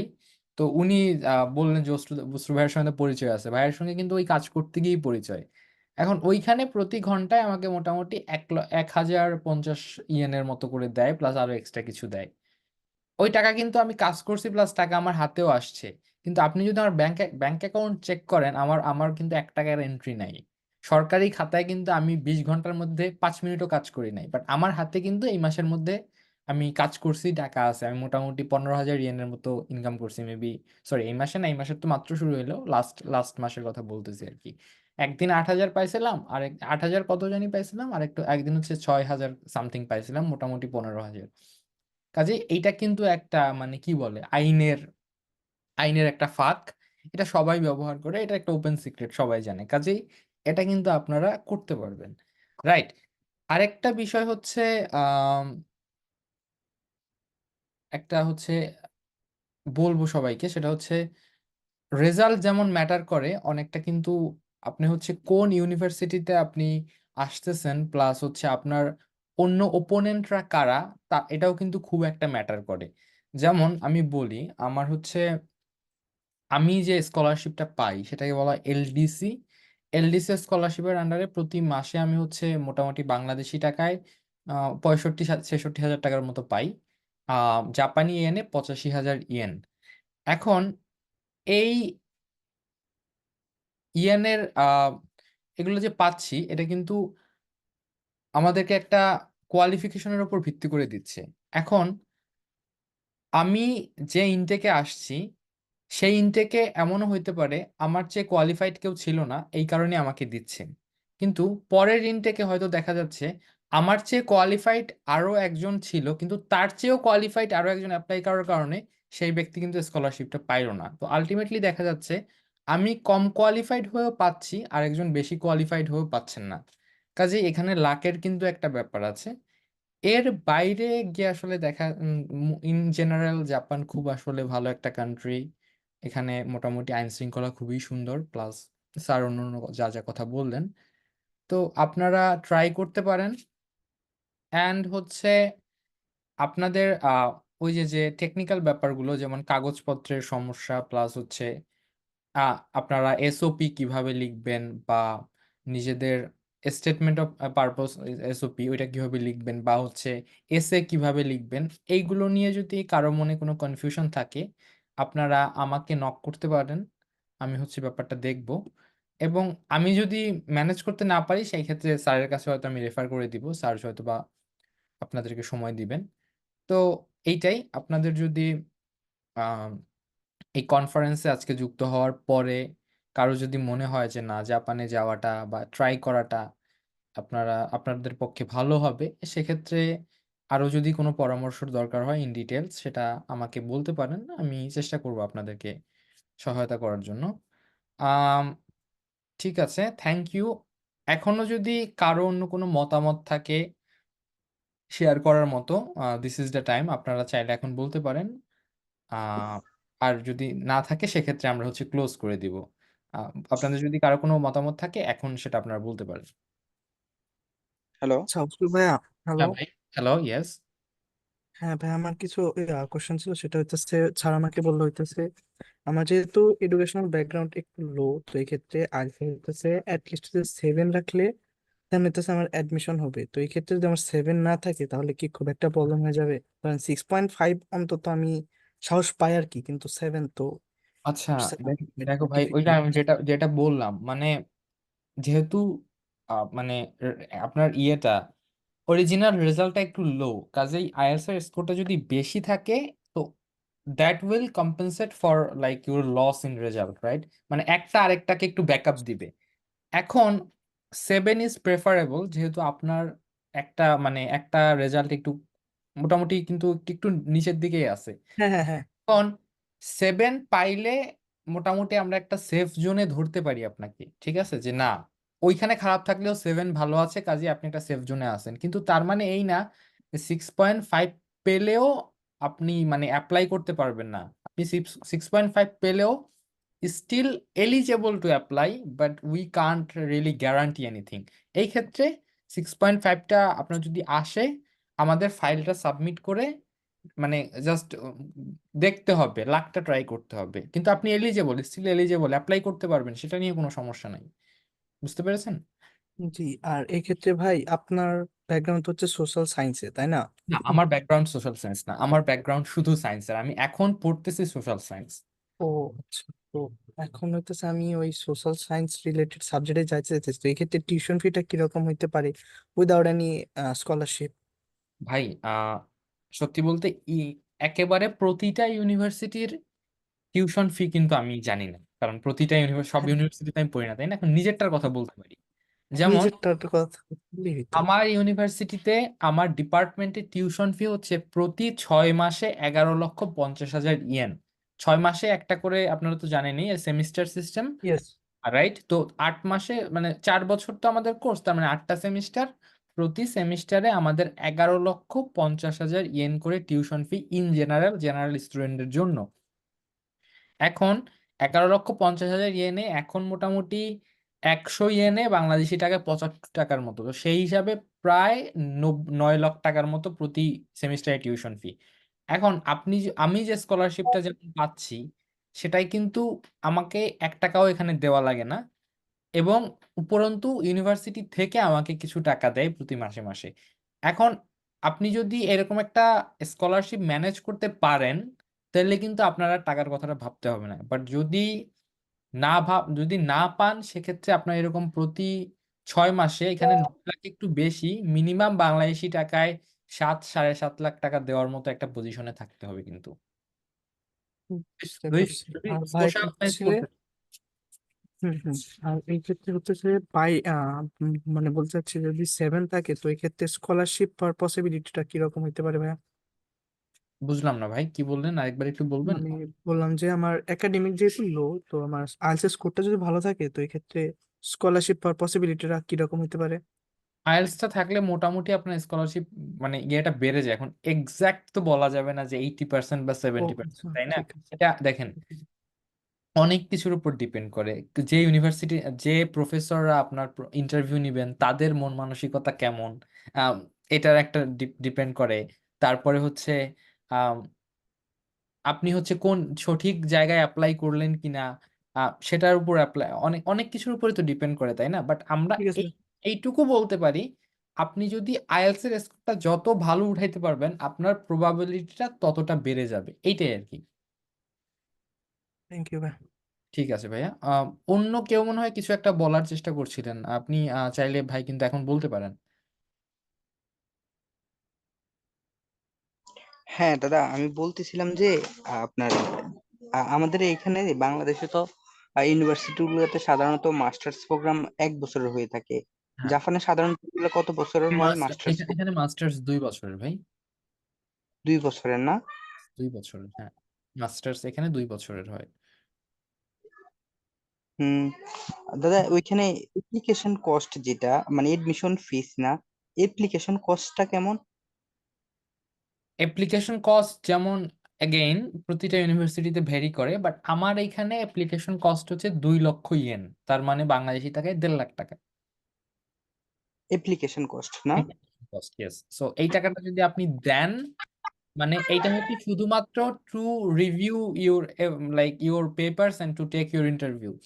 এটার সঙ্গে ভর্তির কোনো সম্পর্ক নাই। আপনি যখন নিজের পেপার সাবমিট করবেন, আপনার এই টাকাটা হচ্ছে ওই যে ব্যাংক টু ব্যাংক ট্রান্সফারের মাধ্যমে, ইন্টারন্যাশনাল রেমিটেন্সের মাধ্যমে পাঠিয়ে দিতে হবে, এবং সেই রিসিপ্টটা হচ্ছে সাথে দিয়ে দিতে হবে।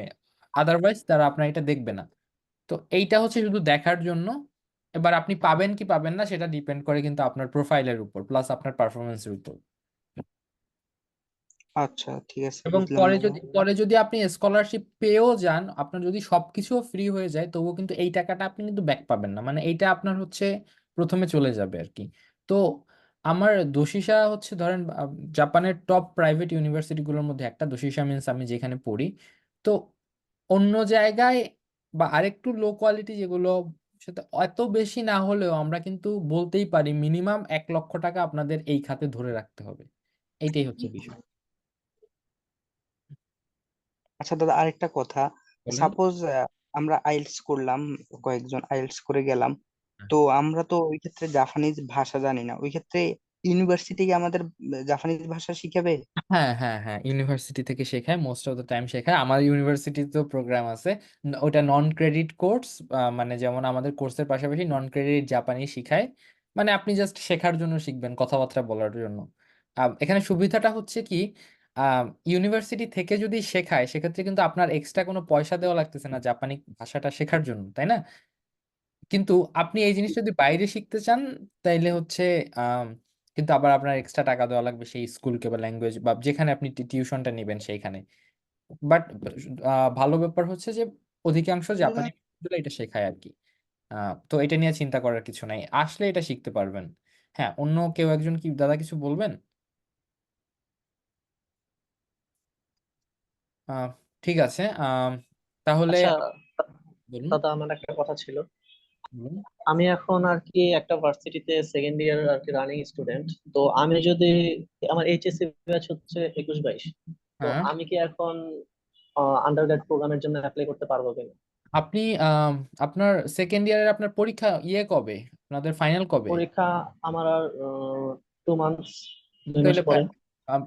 আমি অ্যাজ এ স্টুডেন্ট আমি প্রেফার করি না। আপনি কাইন্ডলি আপনার ব্যাচেলরটা ওইখানেই শেষ করেন, আপনি মাস্টার্সের জন্য আসেন, কারণ 2 বছর ইজ এ লং টাইম ভাই। এই হ্যাঁ, সময়টা আমাকে অনেকজন এটা সাজেস্ট করছে, সেটা আমি সাজেস্ট সেই জন্য করি না। আপনাকে জিজ্ঞাসা করা। আমার মতো যদি হচ্ছে ভর্তি হয়ে যদি চিন্তা করতেন এখানে আমি থাকবো না, তাইলে আমি আপনাকে বলতাম ভাই এক্ষুনি চলে আসো, বাট এখন আমি আর সাজেস্ট করি না। জি দাদা, ধন্যবাদ। আমাকে এটা ঠিক আছে। অনেকজন বললো আর কি যে হ্যাঁ, ঠিক আছে। এখন আর কি জানা যাওয়াই এখন বেটার। ঠিক এখন আর আছে দাদা। আইসেন না ভাই, এখন হচ্ছে একটা আইএলটিএসটা দিবেন। 4 বছর শেষ হইতে হইতে আইএলটিএসটা দিবেন, থার্ড ইয়ার শেষ হওয়ার পরে ফোর্থ ইয়ারের প্রথম দিকে আইএলটিএসটা দিয়ে ফেলবেন। আর কাইন্ডলি সিজিটা ভালো রাখার চেষ্টা করবেন, এই আর কি। এছাড়া আপাতত আর কিছু কিন্তু বলার নাই। আর যদি নেহাতেই কোনো কাজ না থাকে, কাইন্ডলি বসে বসে দেখবেন আপনার সব সার্টিফিকেটে বাপ মার নাম ঠিক আছে কিনা। ঠিক আছে? তো এগুলো যদি এক্ষুনি ঠিক করে রাখেন, তাহলে পরে গিয়ে এগুলোর জন্য আর চিন্তা করা লাগবে না। আচ্ছা দাদা, আরেকটা কথা। আমি যে বলেন। এখন যেই সাবজেক্টে পড়তেছি, তো হ্যাঁ, সেই সাবজেক্ট আমার মোটেও পছন্দ না। মানে আচ্ছা। পাবলিক ভার্সিটিতে পড়ছি ঠিক আছে, কিন্তু সাবজেক্ট আমার হ্যাঁ, পছন্দ না। তো সিজি সিজি আর কি আমার মোটামুটি ফার্স্ট ক্লাস আছে, কিন্তু অনেক ভালো না সিজি। সেই ক্ষেত্রে আমি কি পরে অ্যাপ্লাই করতে, আমি যদি একটা প্রাইভেট ভার্সিটিতে পড়তাম আমি ইজিলি অনেক ভালো সিজি রাখতে পারতাম। তো আমি যেহেতু একটা পাবলিক ভার্সিটিতে পড়তেছি, আবার আমার অপছন্দের সাবজেক্টে, সেজন্য আমার পড়ালেখার প্রতি অত মনও বসে না এখন। আমার সিজি যে অনেক ভালো হবে সেটা আমি আশা করি না। তো সেক্ষেত্রে কি আমি মানে সিজি একটু খারাপ হলে কি অ্যাপ্লাই করতে সমস্যা হবে, বা এক্ষেত্রে অবশ্যই সলিউশন ভাই। কি? অ্যাপ্লাই করতে সমস্যা হবে না, কিন্তু বুঝতেই তো পারতেছেন, এটা তো জেনারেল ভাবে বোঝা যায় যে আপনার সিজি যত বেশি আপনার স্কলারশিপ পাওয়ার, আপনার ভর্তি পাওয়ার চান্সটা কিন্তু তত বেশি, তাই না? হ্যাঁ, কাজে বুঝতে পারছি। কাজেই তো ভাই সেক্ষেত্রে যদি এখন, আমি আইএলটিএস এ স্কোর ভালো করে করি হ্যাঁ তাহলে হয়তো আমার। হ্যাঁ সেটাই, এখন কিন্তু কথা হচ্ছে ভাই আপনি 2 বছর যেহেতু এটা নিয়ে কিছু করেন নাই, কাজেই এখন আর এটা বলে কিন্তু কোনো লাভ নাই, তাই না? হ্যাঁ হ্যাঁ, বুঝতে পারছি। ঠিক আছে ভাই, আপনাদের সবাইকে অনেক ধন্যবাদ। আপনারা যদি, হ্যাঁ, একটা কথা ছিল আর কি। আচ্ছা আচ্ছা বলেন। হ্যাঁ, বলতেছিলাম ভাইয়া, মনে করেন যদি কোনো ইউনিভার্সিটি থেকে থিসিস কমপ্লিট করা হয়, আর সেক্ষেত্রে থিসিস পাবলিকেশন করা হয় এবং পাবলিকেশন যদি সফল হয়, সেক্ষেত্রে কোনো বেনিফিট পাওয়া যাবে কি? হ্যাঁ মানে অবশ্যই অবশ্যই, থিসিস তো এক ধরনের গবেষণা, যাদের এই প্রোফাইলটা থিসিস থাকে তারা তারা অ্যাডভান্টেজ পায় আর কি। বাংলাদেশের অধিকাংশ থিসিস কিছুই হয় না, গবেষণাই তো হয় না। এখন আপনার যদি থাকে, অবশ্যই 5 জনের চাইতে আপনি বেশি প্রেফারেন্স পাবেন। আচ্ছা ঠিক আছে ভাই, আমরা এখন ক্লোজ করে দিব। সবাই তো হচ্ছে মোটামুটি আমরা ব্যস্ত বা বিভিন্ন কাজকর্ম আছে, এখানে মোটামুটি 12টা বেজে গেছে, 2 মিনিট বাকি আছে। তো কনক্লুশন হচ্ছে, আপনাদের কারো যদি কোনো রকমের ইচ্ছা থাকে যেটা নিয়ে আগাবো, বা সেই ক্ষেত্রে আমাকে নক দিতে পারেন। আমার মাধ্যমে আপনারা স্যারের হেল্প পাইতে পারবেন আরো ডিটেলসে। আর এটাই, আপনারা সবাই ভালো থাকবেন, সুস্থ থাকবেন। ধন্যবাদ। বিদায়।